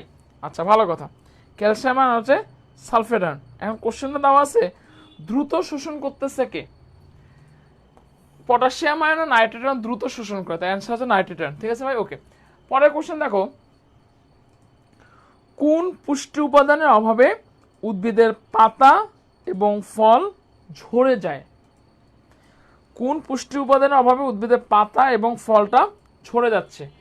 উদ্ভিদের পাতা এবং ফল, বলো উদ্ভিদের পাতা এবং ফল ঝরে যাচ্ছে, অবশ্যই মাথায় রাখবা উদ্ভিদের পাতা এবং ফল ঝরে যাচ্ছে আমাদের ফসফরাসের অভাবে ভাই, ওকে। পরের কোশ্চেন, উদ্ভিদ খনিজ লবণ শোষণ করে কি হিসাবে? আমি কিন্তু কিছু আগে পড়াইছি, সে খনিজ লবণটা যে শোষণ করবে কি হিসাবে শোষণ করবে? দ্রবণ হিসাবে না, দ্রব্য হিসাবে না, আয়ন হিসাবে। কি হিসাবে? আয়ন, ঠোঁটে কিনারে থাকতে হবে, হ্যাঁ, ওকে। নিচের কোনটি ম্যাক্রোমৌলের উদাহরণ বলো? আমরা জানি যে মৌল দুই ধরনের, একটা মাইক্রোমৌল ও ম্যাক্রোমৌল আছে, ঠিক আছে ভাই? তো কোনটি ম্যাক্রোমৌলের উদাহরণ? সালফার, পটাশিয়াম, ফসফরাস, নাকি সবগুলোই? অবশ্যই সবগুলো আমাদের ম্যাক্রোমৌল। সালফারও বেশি লাগে, পটাশিয়ামও বেশি লাগে, ফসফরাসও বেশি লাগে। কোনটি ম্যাক্রোমৌল? সবগুলো আছে আমাদের ম্যাক্রোমৌল ভাই। পরের কোশ্চেন দেখো, উদ্ভিদের কি দেওয়া আছে? ফসফরাসের অভাবে কি প্রভাব পড়ে বলো? উদ্ভিদের ফসফরাসের অভাবে কি প্রভাব পড়ে? ক্লোরোসিস, স্ট্যান্ড গ্রোথস অফ রুটস, কোনটা? ফসফরাসের অভাবে আমাদের 2 নম্বর অপশনটা পড়ে, স্ট্যান্ড গ্রোথ অফ রুটস, মানে আমাদের মূলগুলা ঠিকঠাক মতো হচ্ছে না, এজন্য সে ঠিকঠাক মতো আমাদের আয়নটা যেতে পারতেছে না। তাহলে ফসফরাস অভাবে আমাদের ভিন্ন অপশন হবে। ওকে, পরের কোশ্চেন দেখো, দি প্লাজমোলাইসিস সংঘটিত হয় যে প্রক্রিয়ায়, দেখো কি দেওয়া আছে, দি প্লাজমোলাইসিস সংঘটিত হয় কোন প্রক্রিয়া আসলে সংঘটিত হচ্ছে?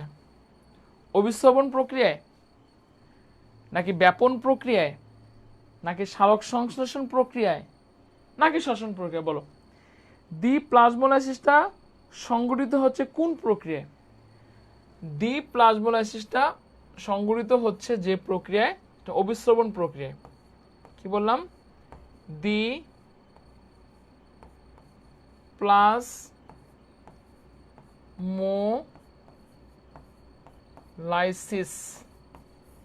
এটা সংঘটিত হচ্ছে কি প্রক্রিয়ায় ভাই?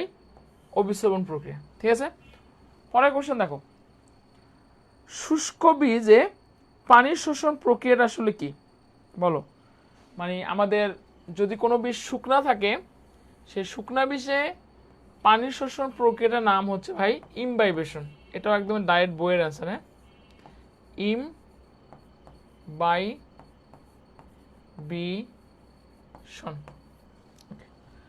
পরের কোশ্চেন,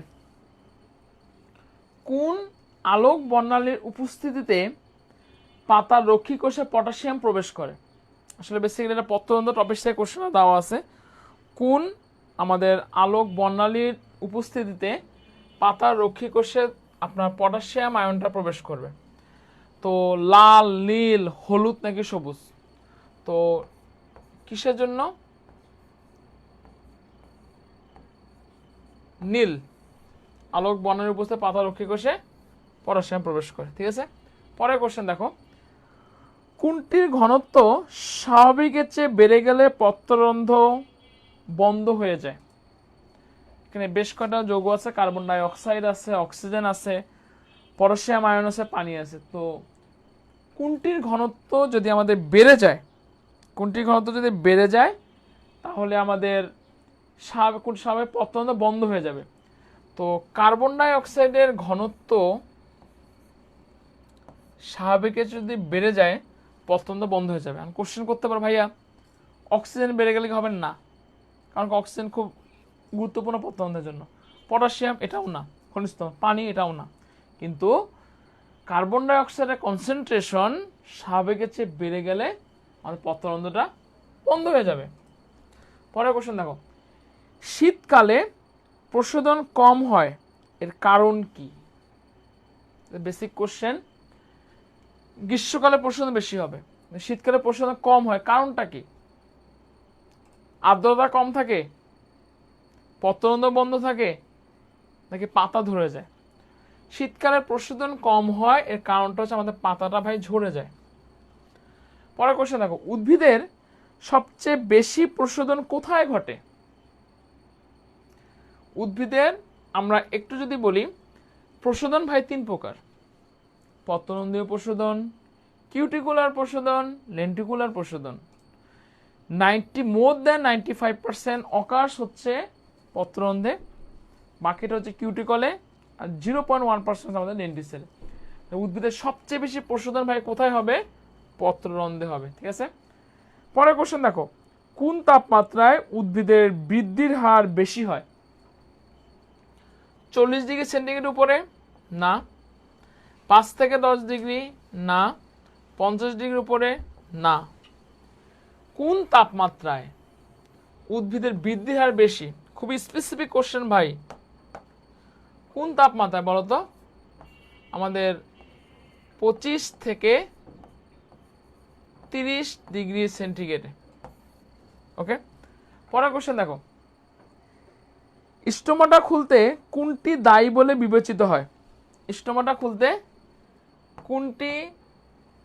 কোনটি দায়ী? মানে স্টোমাটা পতন করলে কে দায়ী? সূর্যালোক দায়ী, ক্লোরোপ্লাস্ট দায়ী, নাকি পটাশিয়াম আয়ন দায়ী? বলো। স্টোমাটা খুলতে কোনটি দায়ী বলে বিবেচিত? বলো, স্টোমাটা খুলতে কোনটি দায়ী বলে বিবেচিত?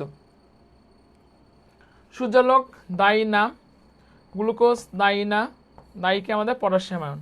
ঠিক আছে, পরের কোশ্চেন দেখো, যে প্রক্রিয়ায় প্রশোধন সংঘটিত হয় না, কোন প্রক্রিয়ায় প্রশোধন সংঘটিত হয় না ভাই? পত্ররন্ধ্র, এটা তো প্রকারভেদ, কিউটিকুলার প্রকারভেদ, লেন্টিকুলার, কিন্তু ফলিকুলারটা প্রকারভেদ নয়। যে প্রক্রিয়া প্রশোধন সংঘটিত হচ্ছে না, অ্যান্সার তাহলে কি হবে? ফলিকুলার। ফলিকুলার কোনো ক্লাসিফিকেশন নাই, ফলিকুলারটা এটা একটা ডিম্বাণু হরমোন হচ্ছে ফলিকুলার হরমোন। ঠিক আছে, ওকে, পরের কোশ্চেন দেখো, হাইড্রোফিলিক পদার্থ কোনটা? হাইড্রোফিলিক পদার্থ কোনটা বলো? সেলুলোজ, শর্করা, লিপিড নাকি প্রোটামিন? মানে কে হাইড্রো মানে কি? পানি, আর ফিল মানে কি? আই ফিল ইউ মানে পছন্দ করা। কে পানিকে পছন্দ করে বলো? লিপিড না, শর্করা না, প্রোটামিন তো ভাই প্রোটিন, সেলুলোজ সেটা হাইড্রোফিলিক পদার্থ। পরের কোশ্চেনে চলে আসি, দেখো কোশ্চেনে কি দেওয়া আছে, সিফর উদ্ভিদের পাতার বান্ডল শীটকে ঘিরে কোন কোষের স্তর থাকে? সিফর উদ্ভিদ, এটা একটু যদি কথা যদি বলি, আমাদের কিন্তু দুই ধরনের উদ্ভিদ আছে ভাই, C3 ভার্সাস C4। C3 মানে কম কম, C4 মানে বেশি বেশি। তো বান্ডল শীট C3তেও আছে, C4ও আছে। এর পাতা কোন কোষে স্তর থাকে? মেসোফিল স্তর থাকে, কিউটিকুলার স্তর থাকে, কোনটি স্তর থাকে? অবশ্যই মাথা রাখবা, এই জায়গায় স্তর থাকতেছে আমাদের জ্যান্থোফিল স্তর থাকে। ঠিক আছে, পরের কোশ্চেন দেখো, সৌরশক্তির সাহায্যে এডিপি এর সাথে এক অণু ফসফেট যুক্ত হয়ে এটিপি তৈরি করার প্রক্রিয়াকে কি বলে? এডিপি মানে কি? এডিপি এর মানে কি? Adenosine diphosphate. এর সাথে যদি আমাদের কি হচ্ছে, এক অণু অজৈব ফসফেট যুক্ত হয়, সে অজৈব ফসফেটে যুক্ত হয়, সে প্রক্রিয়াটাকে আমি কি বলবো?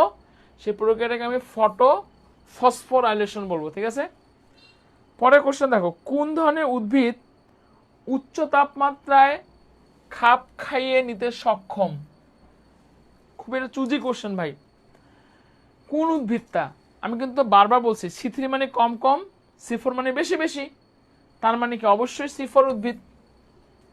কে খাপ খাইয়ে নিতে পারে? C4 উদ্ভিদ। ঠিক আছে, পরের কোশ্চেন দেখো, সূর্যের আলোর বর্ণালীতে সর্বাধিক সালোক সংশ্লেষণ কোনটাতে হচ্ছে? খুবই এটা গুরুত্বপূর্ণ কোশ্চেন। আমাকে সূর্যের আলোর কোন বর্ণালীতে সর্বাধিক সালোক সংশ্লেষণ হয়? সবুজে, নীলে, লালে নাকি কমলায়? কোন বর্ণালীতে সর্বাধিক সালোক সংশ্লেষণ হয়? সর্বাধিক সালোক সংশ্লেষণ হবে আমাদের লাল বর্ণালীতে। তাহলে অ্যান্সার হচ্ছে কি বলতো? সি। পরের কোশ্চেন দেখো, C3 চক্রের প্রথম স্থায়ী পদার্থের নাম কি? বলো।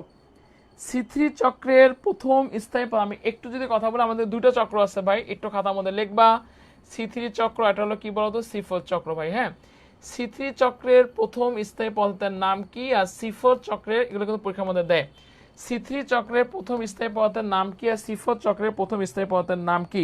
C3 চক্রের প্রথম স্থায়ী পদার্থের নাম হচ্ছে 3-ফসফোগ্লিসারিক অ্যাসিড। কি বললাম?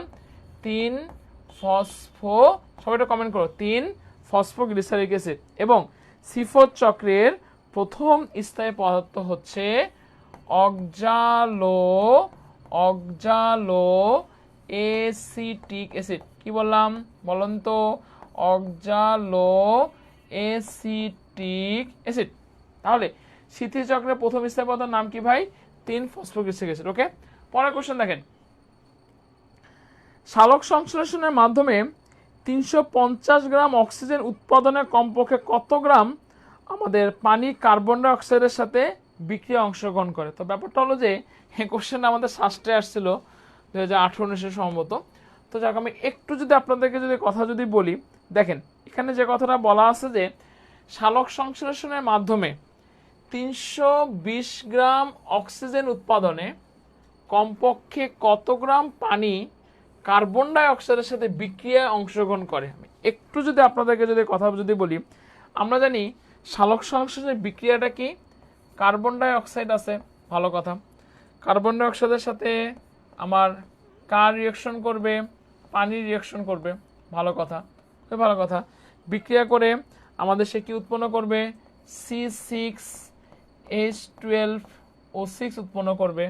সে কি উৎপন্ন করবে, পানি উৎপন্ন করবে। এরপর সে কি উৎপন্ন করতেছে বলেন তো, অক্সিজেন আমাদের এখানে উৎপন্ন করতে। আমি যে বিক্রিয়াটা যদি কম্পাদন করি, 6 অণু কার্বন ডাই অক্সাইড 12 অণু পানির সাথে বিক্রিয়া করে আমাদের সে কি করতেছে, 1 মোল গ্লুকোজ উৎপন্ন করে, 6 অণু পানি উৎপন্ন করতেছে, আর 6 অণু অক্সিজেন আমাদের সে উৎপন্ন করতেছে। ঠিক আছে, আচ্ছা। তো মোল সংখ্যার অনুপাত তাহলে কি হবে, অক্সিজেন উৎপাদন ডিভাইডেড বাই আমাদের পানির অংশগ্রহণ। তো অক্সিজেন উৎপাদন তাহলে কত হচ্ছে, 6 ডিভাইডেড বাই হচ্ছে 12, দ্যাট মিনস কত হচ্ছে যে 1/2।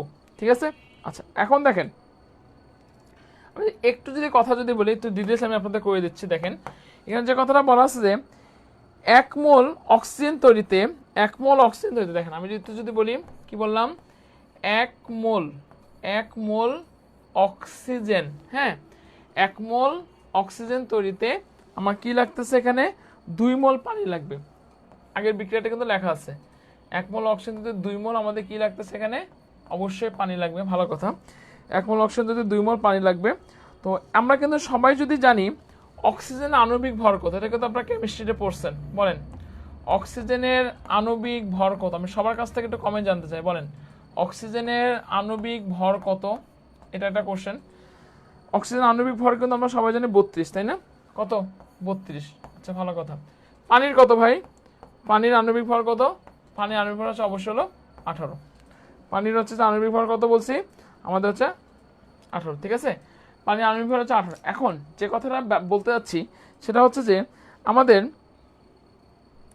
32 গ্রাম, সবাই একটু দেখেন কি বললাম, 32 গ্রাম অক্সিজেন, 32 গ্রাম অক্সিজেন উৎপাদনে লাগবে হচ্ছে যে কত গ্রাম ভাই? 36 গ্রাম হচ্ছে পানি লাগতেছে। কত? 36 গ্রাম পানি, 32 গ্রাম। আর হচ্ছে যে 320 গ্রামে কত লাগবে? 320 গ্রামে কত লাগবে ভাগ করলে কিন্তু আমাদের 360 গ্রাম কিন্তু আমাদের লাগতেছে। ঠিক আছে, খুবই গুরুত্বপূর্ণ একটা কোশ্চেন, আমাদের শাস্ত্রে কোশ্চেনটা দিয়েছিল, এবার দিলেও দিতে পারে, তাহলে অবশ্যই 360 গ্রাম। ঠিক আছে, সব বুঝতে পেরেছেন? একটা কথা বলবেন। আচ্ছা, পরের কোশ্চেন দেখেন, সিফোর চক্রের অপর নাম কি বলেন? সবাই জানি সিফোর চক্রের একটা নাম হচ্ছে আমাদের হ্যাস ও স্ল্যাক চক্র। ঠিক আছে, পরের কোশ্চেন, ক্রেব চক্রে অক্সালো অ্যাসিটিক অ্যাসিডকে আলফা গ্লুকো অ্যাসিডে কে পরিণত করতেছে? দেখেন, ক্রেব চক্রে অক্সালো সাকসিনিক অ্যাসিডকে আলফা কিটো গুটারিক অ্যাসিডে, এটা এনজাইম আছে, বেশ করে এনজাইম আছে, ডিহাইড্রোজেনেস, থায়োকাইনেস না, এখানে আসলে বেসিক্যালি আমাদের যে এনজাইমটা কাজ করে সেটার নাম হচ্ছে, আমি লিখে দিচ্ছি, ডি কার্বোচিলেস। এই কথাটা মানে কি? ডি মানে কি? বায়োলজিতে ডি দুইটা আছে, ডি আছে ডাই, ডি মানে নাই এখানে, আর ডাই মানে 2, ডি কার্বক্সিল, এখানে কার্বন থাকে না বলে এই জায়গায় যে এনজাইমটা কাজ করবে ডি কার্বক্সিলেস এনজাইম। ঠিক আছে ভাই, ওকে। পরের কোশ্চেন,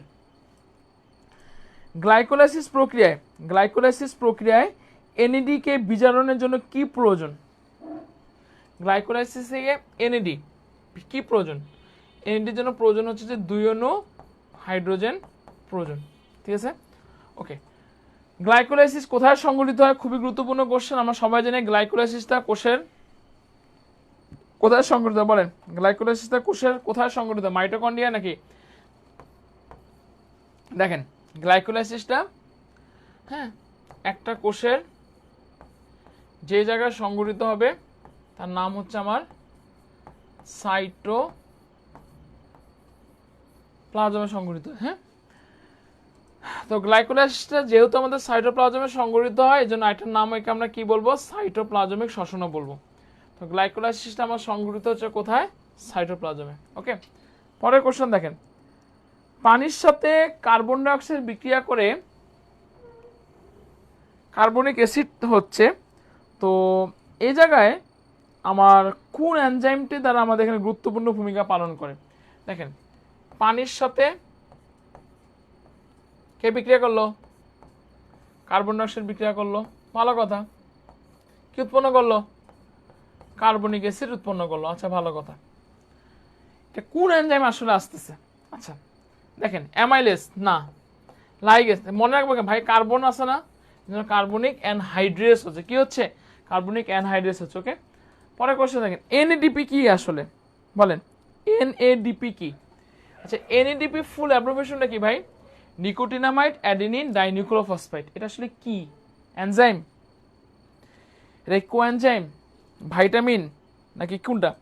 এনএডিপিটা হচ্ছে যে কি, এক ধরনের কো এনজাইম। এনএডিপিটা কি এক ধরনের কো এনজাইম, ঠিক আছে। পরের কোশ্চেন দেখেন, সবাত শ্বসনে ম্যালিক অ্যাসিডের শ্বসনিক হার কত? বলেন, সবাত শ্বসনে, আচ্ছা সবাত শ্বসন অবাত শ্বসন আছে, শ্বসনিক হার যাকে আমরা কি বলি, আর কিউ বলি, রেসপিরেটরি কুইশেন্ট। ম্যালিক অ্যাসিডের শ্বসনিক হার হচ্ছে কত বলেন? 1.33। খুবই চুজি কোশ্চেন, আসার মতো কোশ্চেন ভাই, ঠিক আছে। আর ম্যালিক অ্যাসিডের সংকেতটাও মাথায় রাখবেন। কার্বন আছে, হাইড্রোজেন আর অক্সিজেন। কার্বন কয়টা? 4টা। হাইড্রোজেন কয়টা? 6টা। অক্সিজেন কয়টা? 5টা। পরের কোশ্চেন দেখেন, ক্রেবস চক্রে প্রতি অণু গ্লুকোজ সম্পূর্ণরূপে জারিত হয়ে কত অণু এটিপি তৈরি করে? আমরা কিন্তু জানি ক্রেবস চক্র মাইটোকন্ড্রিয়া সংগঠিত হচ্ছে, তাই না?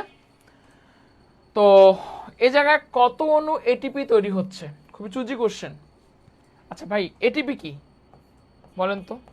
এটিপি মানে কি? এডিনোসিন ট্রাইফসফেট না? এটিপিকে আমরা একটা কি বলবো বলেন তো? বায়োলজিক্যাল কয়েন বলবো। কি বলবো? বায়োলজিক্যাল কয়েন বলবো। তো ক্রেবস চক্রে প্রতি অণু গ্লুকোজ কত অণু এটিপি তৈরি হচ্ছে? 24 অণু এটিপি তৈরি হচ্ছে। পরের কোশ্চেন দেখেন, ক্রেবস চক্রের প্রথম পদার্থ আসলে কোনটা? বলেন। ক্রেবস চক্র একটা নাম হলো ভাই C3 চক্র, ঠিক আছে। প্রথম নাম কি? প্রথম পদার্থ অক্সালো অ্যাসিটিক অ্যাসিড। নাম কি? অক্সালো অ্যাসিটিক অ্যাসিড, ঠিক আছে। ওকে, আচ্ছা এই কয়টা কোশ্চেন কিন্তু আমাদের কলম, ইনশাল্লাহ এই কয়টা চ্যাপ্টার থেকে আমাদের হাজিরাস থেকে কোশ্চেন আসার সম্ভাবনা ভাই অনেক বেশি। এগুলা কোশ্চেন আমরা অনেক বেশি প্যানিক খাই। তো আমরা সবাই ক্লিয়ার কিনা একটু কথা বলবো, কারো কোনো কোশ্চেন আছে কিনা, কারো কোনো বুঝতে সমস্যা হয়েছে কিনা, এবং ক্লাসটা কার কিরকম লাগলো একটু আমি সবার কাছ থেকে কমেন্ট জানতে চাচ্ছি। একটু সবার কাছ থেকে কমেন্ট, কার কতটুকু হেল্পফুল হলো শেষ মুহূর্তে একটু সবাই কমেন্ট করবেন, সবাই একটু কমেন্ট করবেন। আমি সবার কাছ থেকে একটু কমেন্ট জানতে চাচ্ছি ভাই। আমরা একেবারে শেষ মুহূর্তে ক্লাসে চলে আসছি। তো কয়দিন পরে আমাদের গুচ্ছের পরীক্ষা, বলতে গেলে আগামী এই শুক্রবার পরের সপ্তাহে গুচ্ছের পরীক্ষা। একটু আমি সবার কাছ থেকে আমি মেহরবানি করে একটু কমেন্ট জানতে চাচ্ছি, কারো কোনো সমস্যা আছে কিনা, বা কিভাবে পড়বো শেষ মুহূর্তে বায়োলজিটা। ভাই বায়োলজিতে মনে রাখতে পারতেছি না, একটু যদি কোনো কোশ্চেন থাকলে একটু আমাকে কথা বলো, আমি ক্লাসটা কিছুক্ষণের মধ্যে শেষ করে দিব। আমি সবার কাছ থেকে একটু কমেন্ট জানতে চাচ্ছি। রিমো বলছে ক্লিয়ার ভাইয়া। ওকে, সবাই একটু কথা বলবা, সবাই একটু কথা বলবা। ক্লিয়ার, আচ্ছা কারো কোনো কোশ্চেন নাই না? ঠিক আছে ভাই, সবাই ভালো থাকো।